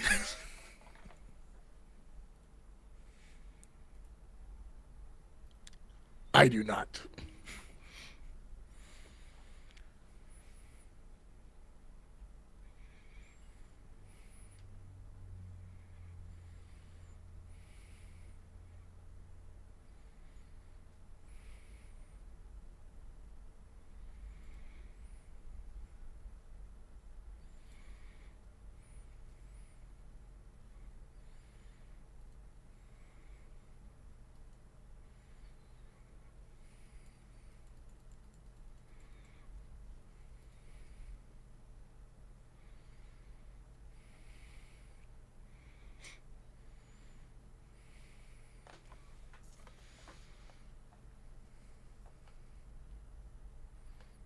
Not us. We're 100% real. A little more introverted than I come out, but yeah.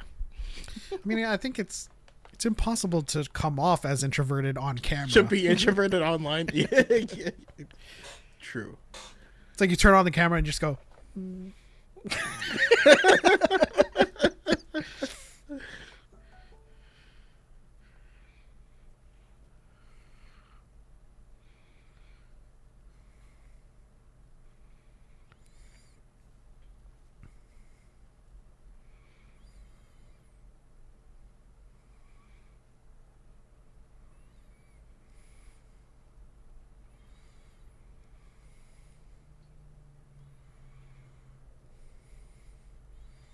Madly, deeply.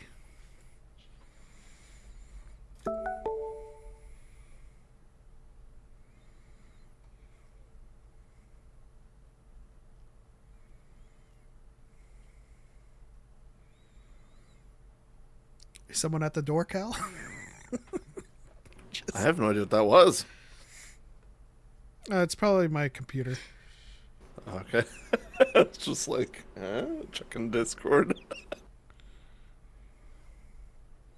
Yeah, I had a reminder go off.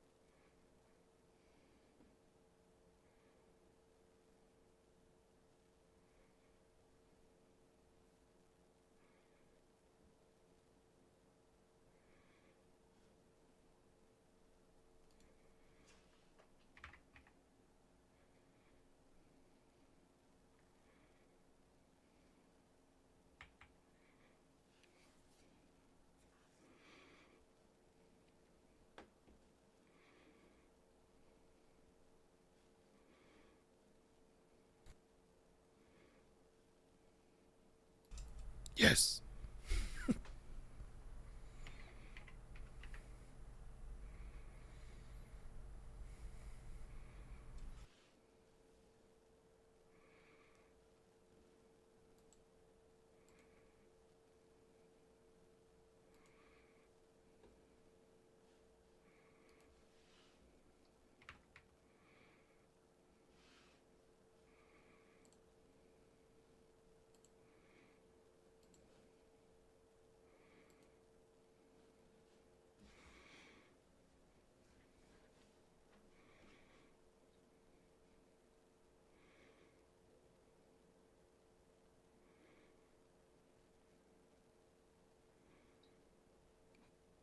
Damn.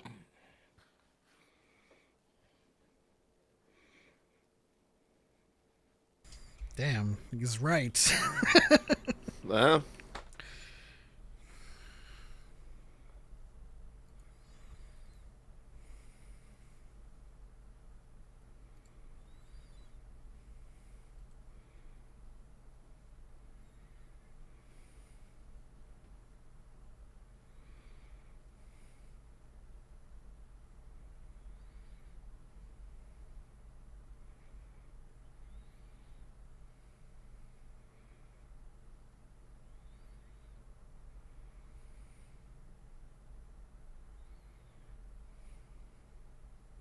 Hello there.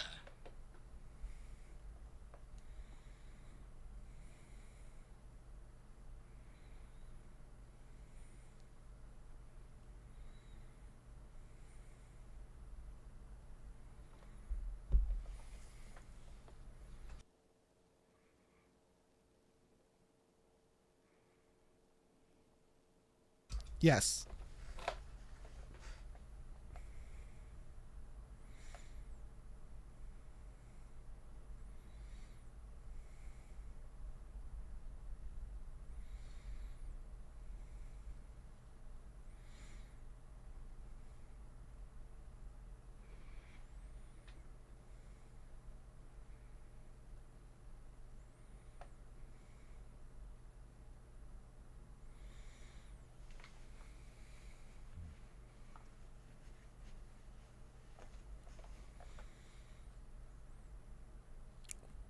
What's that? White Tiger. Mm-hmm.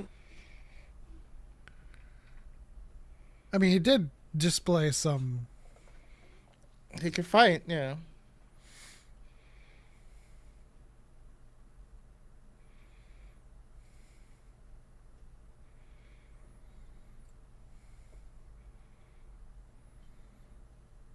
Jeez.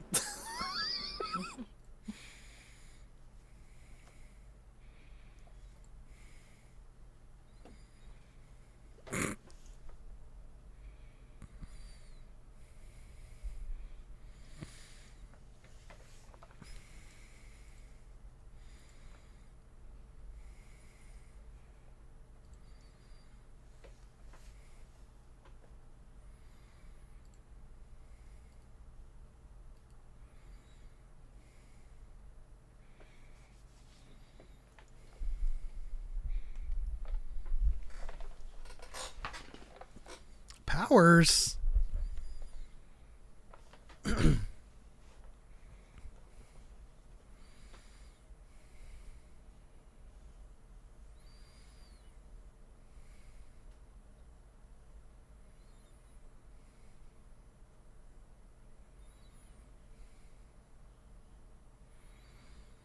That's a good angle.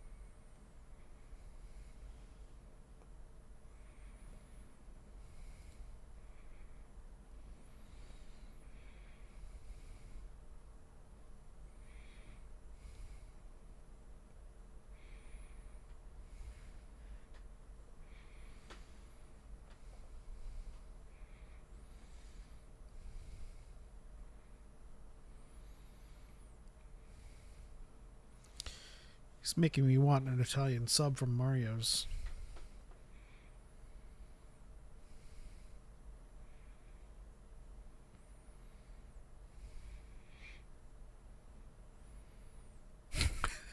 Spooky guys and cheesecakes. I was gonna say that actually looks like a cheesecake, cheesesteak, or a chopped cheese.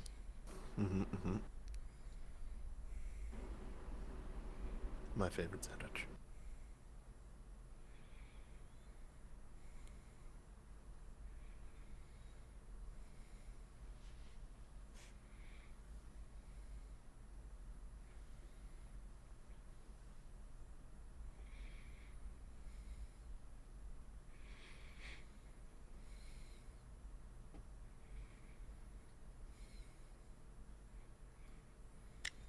Damn.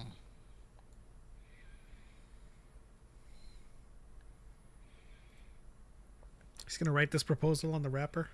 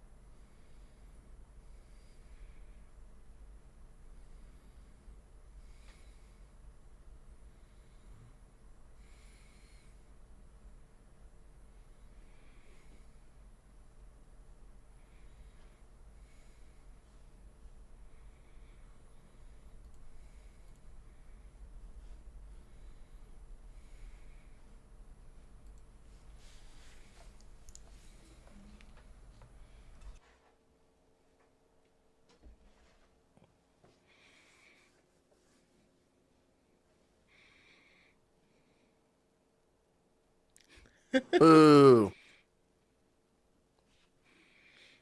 How do you feel, Philly boy? upset. Scorned.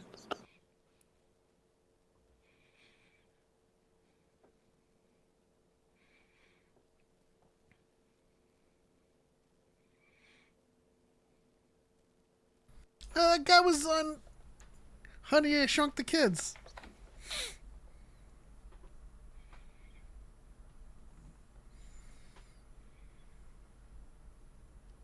It's a deep cut, I know.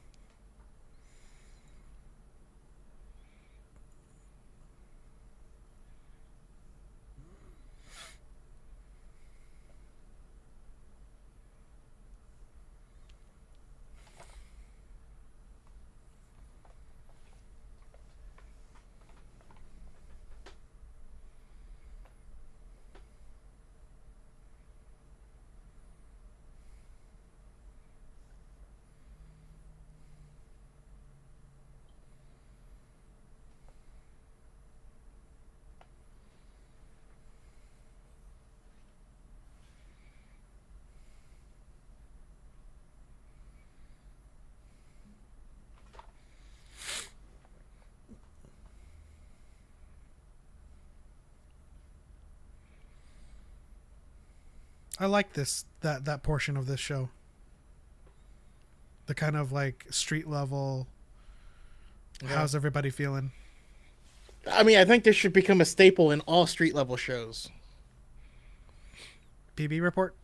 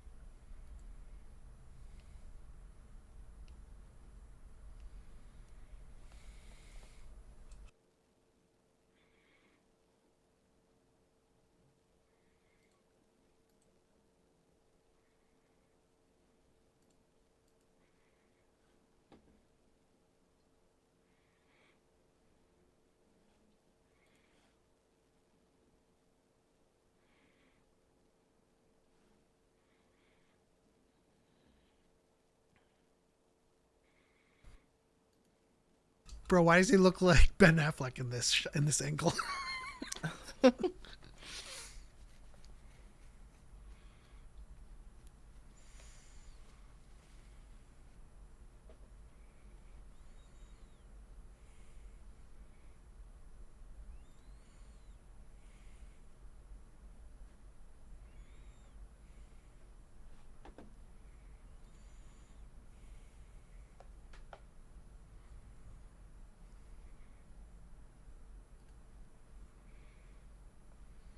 Oh, that's giving me PTSD.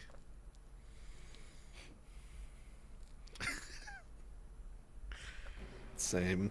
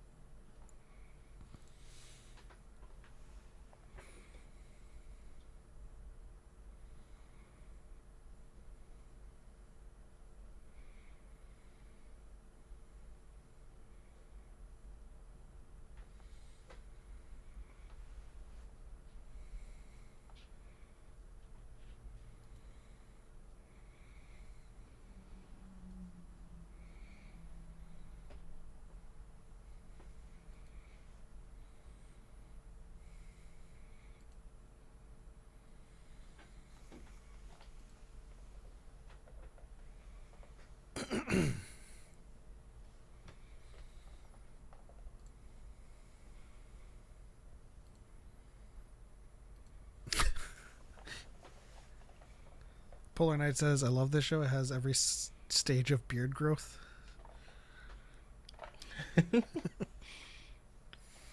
How's it going, Polar?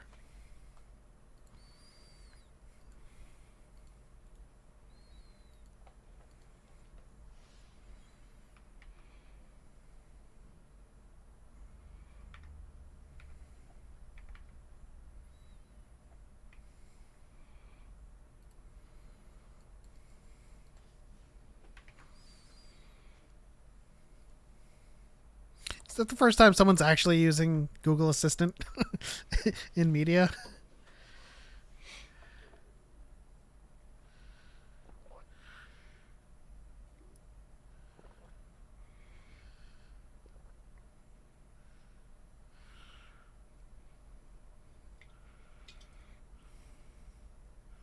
Daredevil on Disney? Yes.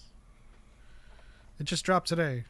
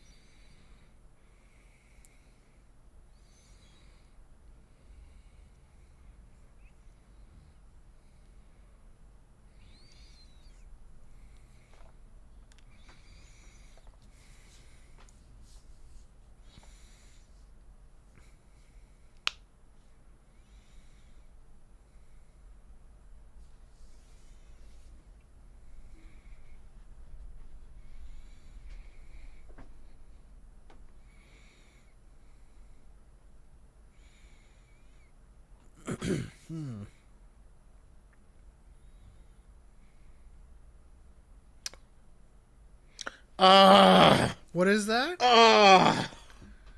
It's a cop who thinks he's Punisher. Yeah.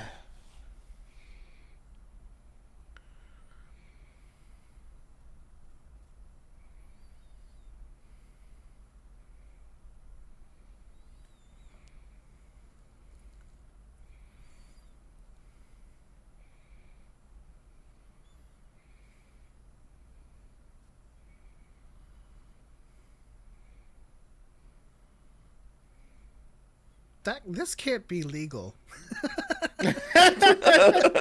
I will make it legal.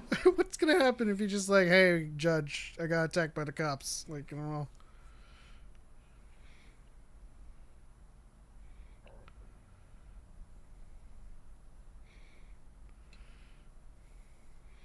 Oh!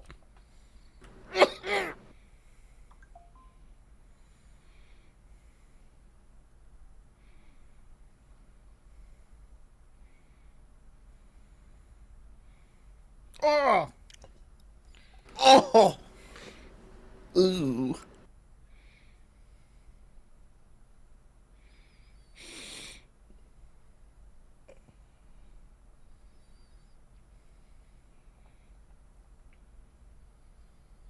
I mean, he's not Daredevil He anymore. let the devil out.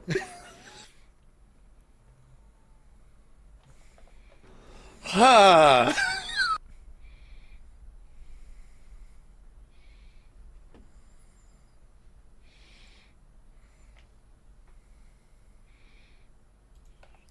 That's one way to end Yeah. the premiere. Holy crap. Oh, we. Oh, man. Okay, I'm getting my Bud Light. I'm going to watch it. We need an Asian superhero. We do. We have Shang-Chi. Yeah, but they haven't done anything with him in how long? Yeah. What year did that movie come out? 2019? 2020? I don't know. Who else do we got? But dang. Listen, give me throw Colleen Wing back in the mix, all right? Please. For real. Please. I wouldn't For the mind love that of at God. all. Actually, I want that. But I was gonna say, like, he may not be, at least at that present moment, Daredevil, but he can still fight. Like, Now, the question is, that guy landed pretty hard on his neck. Yep. Is he okay? Like, is it like he did, or he ain't walking good no more? Or It- yeah, whatever it is, I don't think it's going to be good. If we use For the rule Matt. of cool, he's fine. If we use physics, Hey, Bullseye's he's fine. paralyzed. To be fair, Bullseye did have like extensive reconstruction surgery after he got cornered on a wall by Fisk, so maybe that's why he survived. But oof. They were like, we're gonna put metal in your back, and it's an experimental type of metal, and you're like, A Standovistan or whatever, or Sandovistan. Where did you get it? Off Celestial Island. so it's gonna be interesting because now also we did specifically see Matt's blood hit the floor there, so Matt has been made at the scene, and a fight has ensued. And he's a blind guy who whooped two people's ass. Or, you don't know. We could go full Palpatine, where they're like, yeah, he killed a bunch of Jedi. We don't know how, but they're just not going to ask that question. Well, I think even though, like, when I was like, isn't this illegal? Like, they can't possibly get away with this. I don't think this is something that they report. Obviously they got their ass kicked, but they also don't want to bring into question what they were doing, attacking a lawyer or even getting in a fight with one, if they even claim that he started it. Or what they were doing at that location specifically Yeah. as well. Especially since the witness was ideally and hopefully collected into protection at that point. Yeah, I So, think If they have access to the witness, that places them at a bad spot. that's either witness tampering or worse. They just don't want to place themselves at that scene. So I think he's okay for now. Like, if they survive, then they're like, let's just like keep our mouth shut, Be cool. Also, We who the can't fuck let is them that know a blind guy? man. Yeah, right. And it's funny because, obviously Matt would be able to identify them, but he won't be able to legally. Like, do you remember who it is? He's like, I don't know. How did you fend them off? I took My dad was a Tybo boxer. in the 90s. That's true. He was a boxer. So what's the significance behind the tattoos? I know you guys said that he thinks he's Punisher, but is that like a comic thing? Like, It's It's a real life thing. it's a real where- life thing. It's a comic thing, And and the comic Punisher thing. hates all of it. So there's a bunch of idiots. I mean, you'll see this. That's one of the things I do love about this show already is that it is unapologetic in like, no, you Calling guys are stuff out. idiots.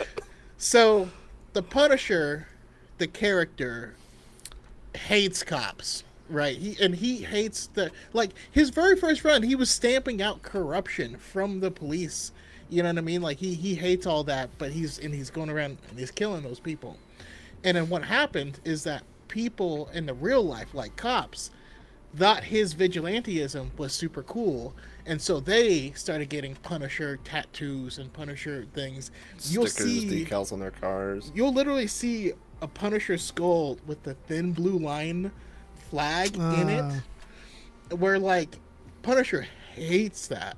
And so then even in the comics, the Punisher like talked to some cops and they're like, yeah, we love what you're doing, man, we respect you. And he was like, nah, you, like, Captain America, Steve Rogers is who you need to look up to, and if I catch you doing this again, I will kill you both.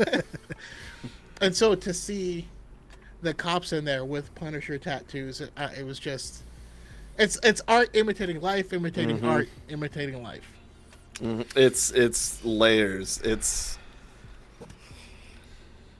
I mean Great. that was a fantastic start to the show. Like I said earlier, it's a great mix of Netflix tone, MCU tone, and what I mean by that is like the show is dark, it's very violent, but now we've got other vigilantes, we've got other mentions of other superheroes. We have a spider guy swinging across the buildings and stuff, and it exists within this kind of this scope that the original Netflix series couldn't. Like they had to have like the attack on New York in a newspaper, but now they can like openly name things and just talk about the larger narrative that's being set up for Secret Wars, and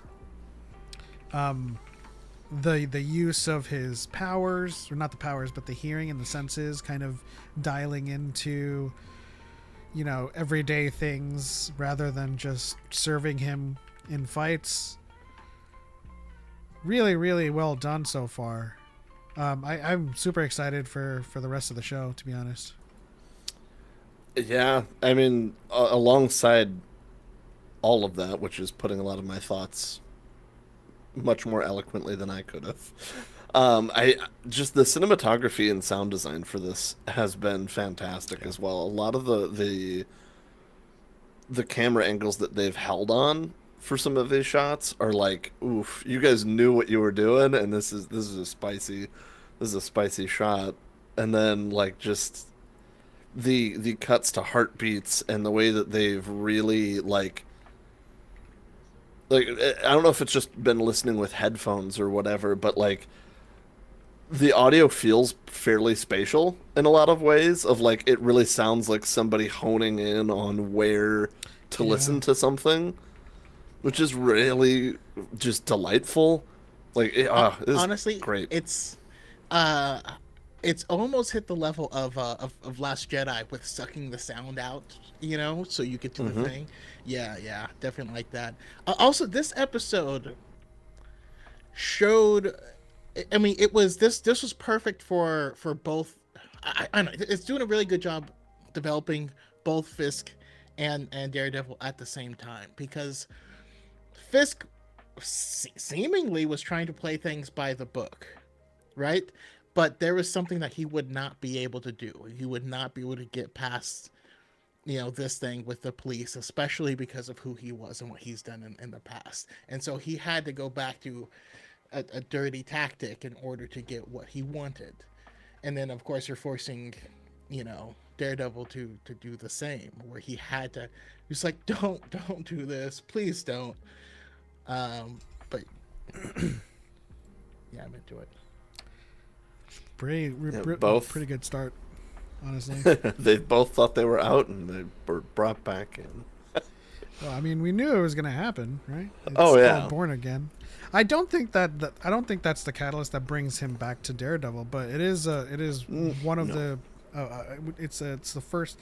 It's taking you off domino. Yep.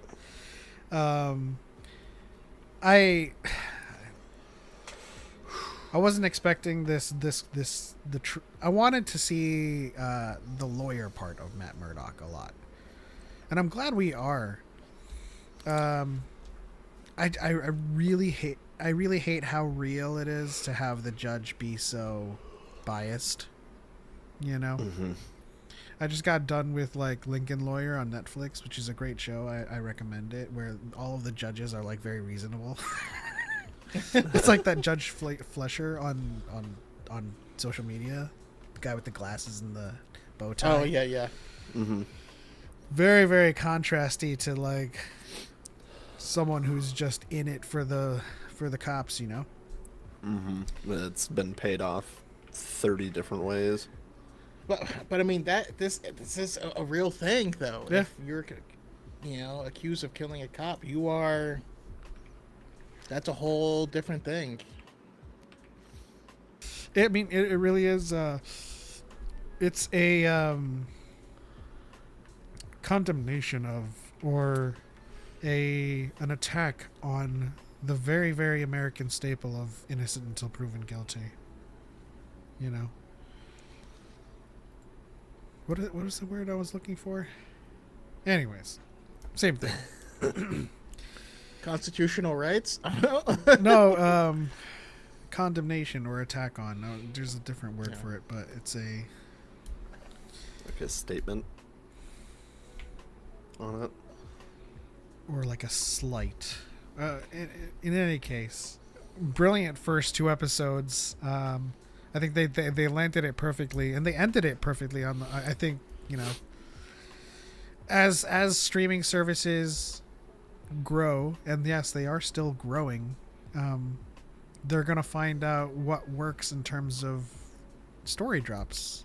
Obviously, with the whole Andor doing full arcs, they're starting to realize that either weekly doesn't work or binge is just too much. So if they need to draw it out, they're gonna draw it out with arcs.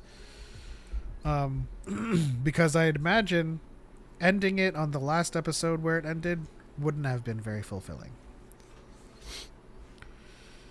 Even if you come at it from like a comic book fan like perspective of just wanting more. In this case, if we had ended it in episode 1, it literally would have been kind of premature. Yeah, especially with what they did with Karen and Foggy. That, like, if that's where they ended it, we're just like, yep, the gang's back together, but then they're all split up. And it's like, oh, that would have felt pretty bad for it to be like, that's your first episode, have fun with that. So having the 2 episode premiere, I think, was enough to show you that, like, hey, Foggy's a catalyst, Karen is stepping away from it, and this is why they're not going to be here. They gave us time, and what was nice is they did at least also give us time to see them all together again, at least. However brief it was still very nice to see. And honestly just got you excited and pumped for the show. And then now they've just kind of gone, and with having the second episode there, it's really kind of shown us, you know, they're not phoning it in by any means. Yeah. So Do we think I'm excited, man. See, Me too. this is the thing that makes me say we're so back. right, especially since like Daredevil's at the very least in like my top 3 favorite superheroes ever. So if Yeah. not like debatable on the day if it's my number 1 or not, but so I'm really here Listen, for it. it's your color motif. It's got the Catholic guilt. Catholic guilt? It's true. I'm over my It works. Catholic guilt. It still hits harder than I want it to sometimes. Small question before I wrap things up. Do we think that White Tiger, are they doing anything kind of substantial with White Tiger, or is he just kind of like a subplot character that has to suffer for this? Honestly, I'm not a big White Tiger guy.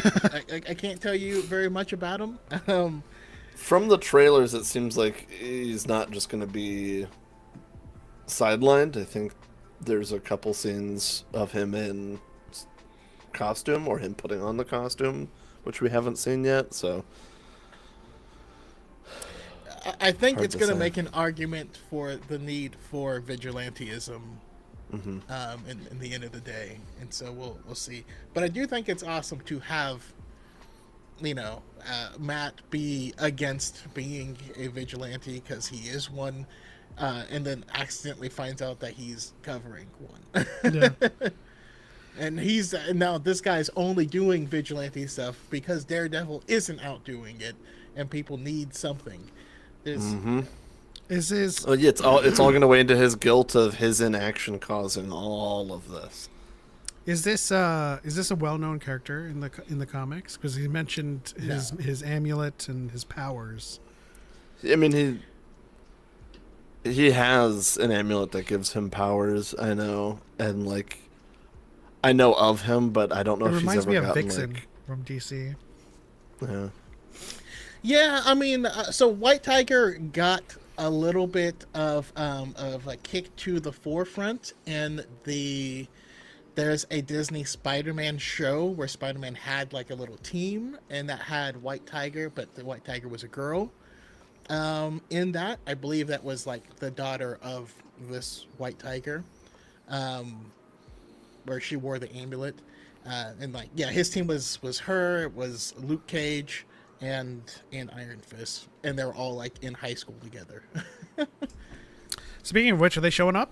We getting some Jesse or Luke, or please no Finn Jones? Please no Finn Jones. Oh, If we recast get Danny Rand. Please recast. If that's we the thing, get is Michael we give Coulter them back. all. We get them all, or we get none of them. Michael Coulter, I think, needs to come back. I would love to see him back. It needs to happen, or I'm going to be perpetually upset. The way they left his show with the Godfather ending of like, Yeah. Oh, with the crown. Him in the so suit. at the ending, basically, he was like, okay, I'm going to allow some crime, but everything goes through me. None of it hits schools, and like he was going to manage it, but that makes him a crime boss, you know. And they even did the, you know, don't ask me about my business, you know, ending for season 3. How are they gonna deal with Two. Mahershala? Do you think they've Oh, mixed him well, as the Blade, or? I mean, he died in the he did in the show. I do still hope he becomes Blade, but that probably won't happen. I really hope it does, because like at the end of the day, there's been obviously a lot of recasting that's happened in Marvel, and I don't think that they need to be afraid of it. Like they feel like they do, especially now that we're kind of in a multiversal side thing, and we have Robert Exactly. Downey Jr. as Doctor Doom. Like Same thing with Star Wars. I want to see Jessica. Let's we got other universes, so let multiverse him be is Blade, please. is the best thing that could happen to it, because that right there gives us a new Gives you T'Challa. so many outs. That too. 100%. Well, the thing that I like the most with it all too is like whenever there's any issues with it, it's like, okay, they're from a different universe now, and like stuff like cool. We're bringing in this other character that you guys might like more from a different universe, and now they're playing in the same sandbox, right? So Listen, give me Aldous Hodge as T'Challa from another universe, and just bring him in. Just do it. please. You know what though? You know, I actually I want Henwick to come back to Star Wars. I want for them to, if they don't do Mahershala Ali as Blade, you can bring back Wesley, but here's my caveat. I want us to introduce Blade's daughter. Blade has a daughter in the That's comics too that's woke. just started doing something, and have him be the old person who's like, I'm too old for this shit. yeah, Yeah. Which I could see Wesley Snipes doing as well, playing that role really well. Black don't crack, but like he's hanging on. He's barely hanging on. You know what I mean? Like, No, I honestly though too, like on the topic of people I want to see back in Star Wars as well as the MCU, Oscar Isaac, I do want to see. Like I know he's just done with it at this point when it comes to Star Wars, but like I liked Poe Dameron, and I would like to see more of that character, and I would like to see him as Moon Knight more.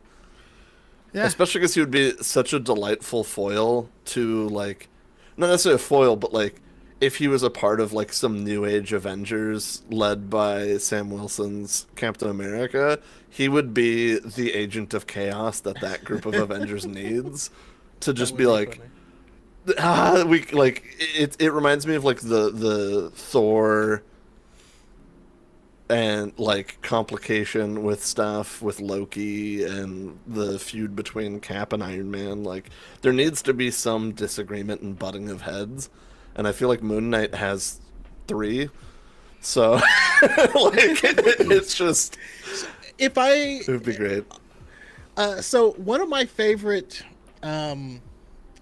things ever is the animated DC Assault on Arkham Suicide Squad story. That's like my favorite Suicide Squad story.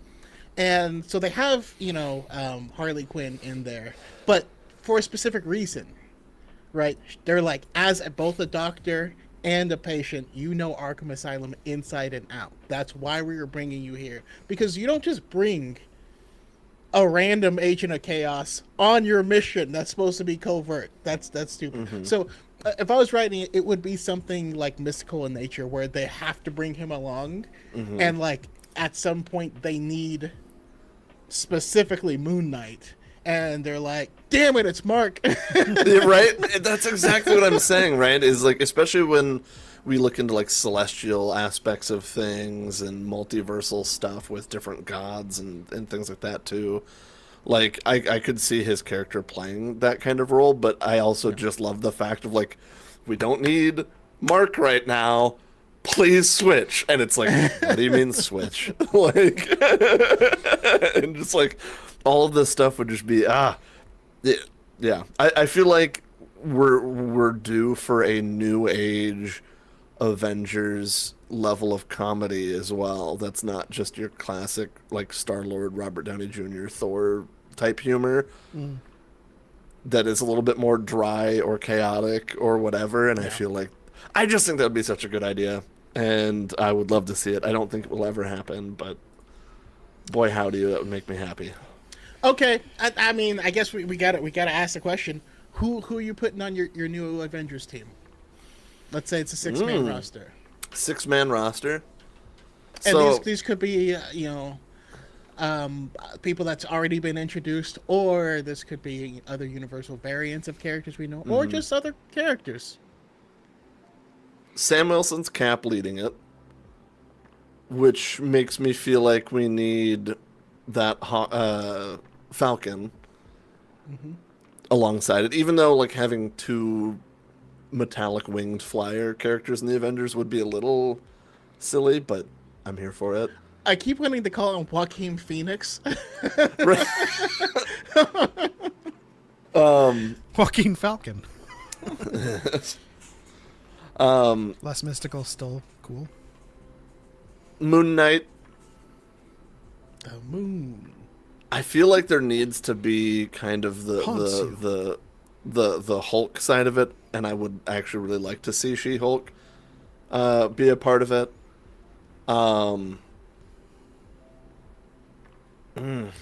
This is a lot harder than I was expecting, honestly.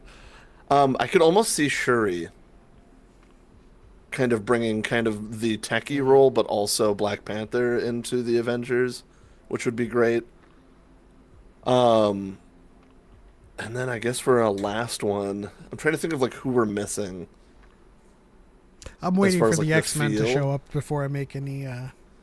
But are the X-Men aren't ever really a part of the Avengers, really? No, are they? but it goes into me picking Every an now and Avengers then there'll team be- that crosses with them, like Yeah. AVX.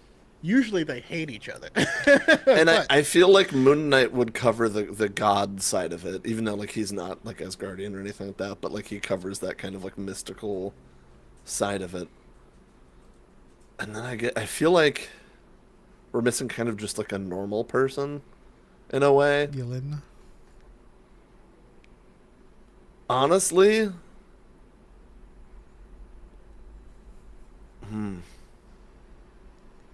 this is tough actually.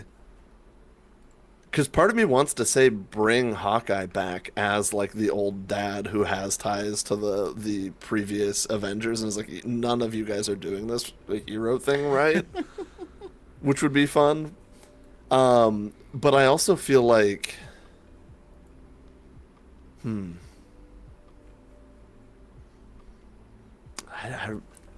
I need a minute on this one. A conversation who do you got, for Pat? another day. Yeah. We do have to start wrapping things up. My roster is highly dependent on which X-Men we get first, because it is solely for the purposes of countering that team. To create a a very sound AVX storyline, because like I need to know where they're going with the X-Men, like out the gate, and then we can figure out who the Avengers will be. I do know that Captain America is leading it.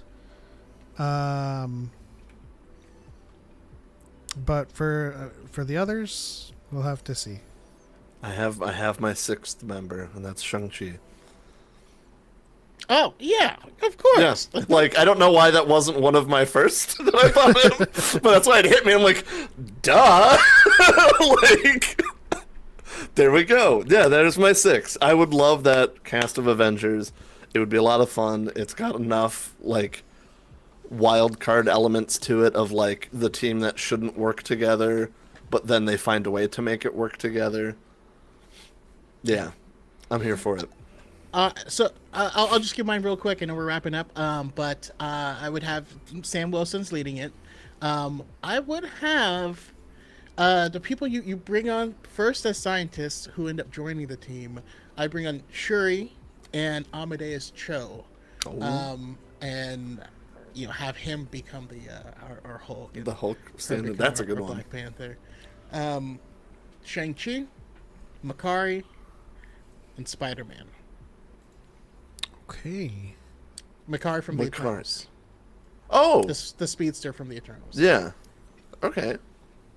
Just because her I honestly speed kind of forgot about them. Is awesome. The way they did that was so cool. and I just want more of that. Yeah, that's valid as hell. Honestly, I still feel like that's some of the coolest speedster effect that they've done in anything.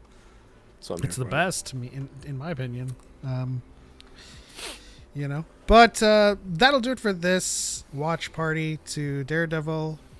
First 2 episodes. Thank you guys for hanging out. If you're still here and around, leave a like, subscribe for more. We'll see you guys on Friday. I think we're talking about Mask of Fear with Beth, right? Or is it still too soon? Or you still haven't gotten close to finishing it? I haven't finished. I mean, I can finish it by then. I don't want to rush you. I'll reach out. I'll reach out to Beth though. So I mean, I want to have as many people who are reading it that can join the conversation, and not have half the people be like, "Oh, I'll come back," because they're not gonna come back. True. You know what I mean? Yeah. We'll see what happens this week. We'll probably talk more about Daredevil with more people who have watched it eventually. But leave a like, subscribe. Go find Cal4 on twitch.tv/Cal4, and we will see you on the other side of Hell's Kitchen. Peace.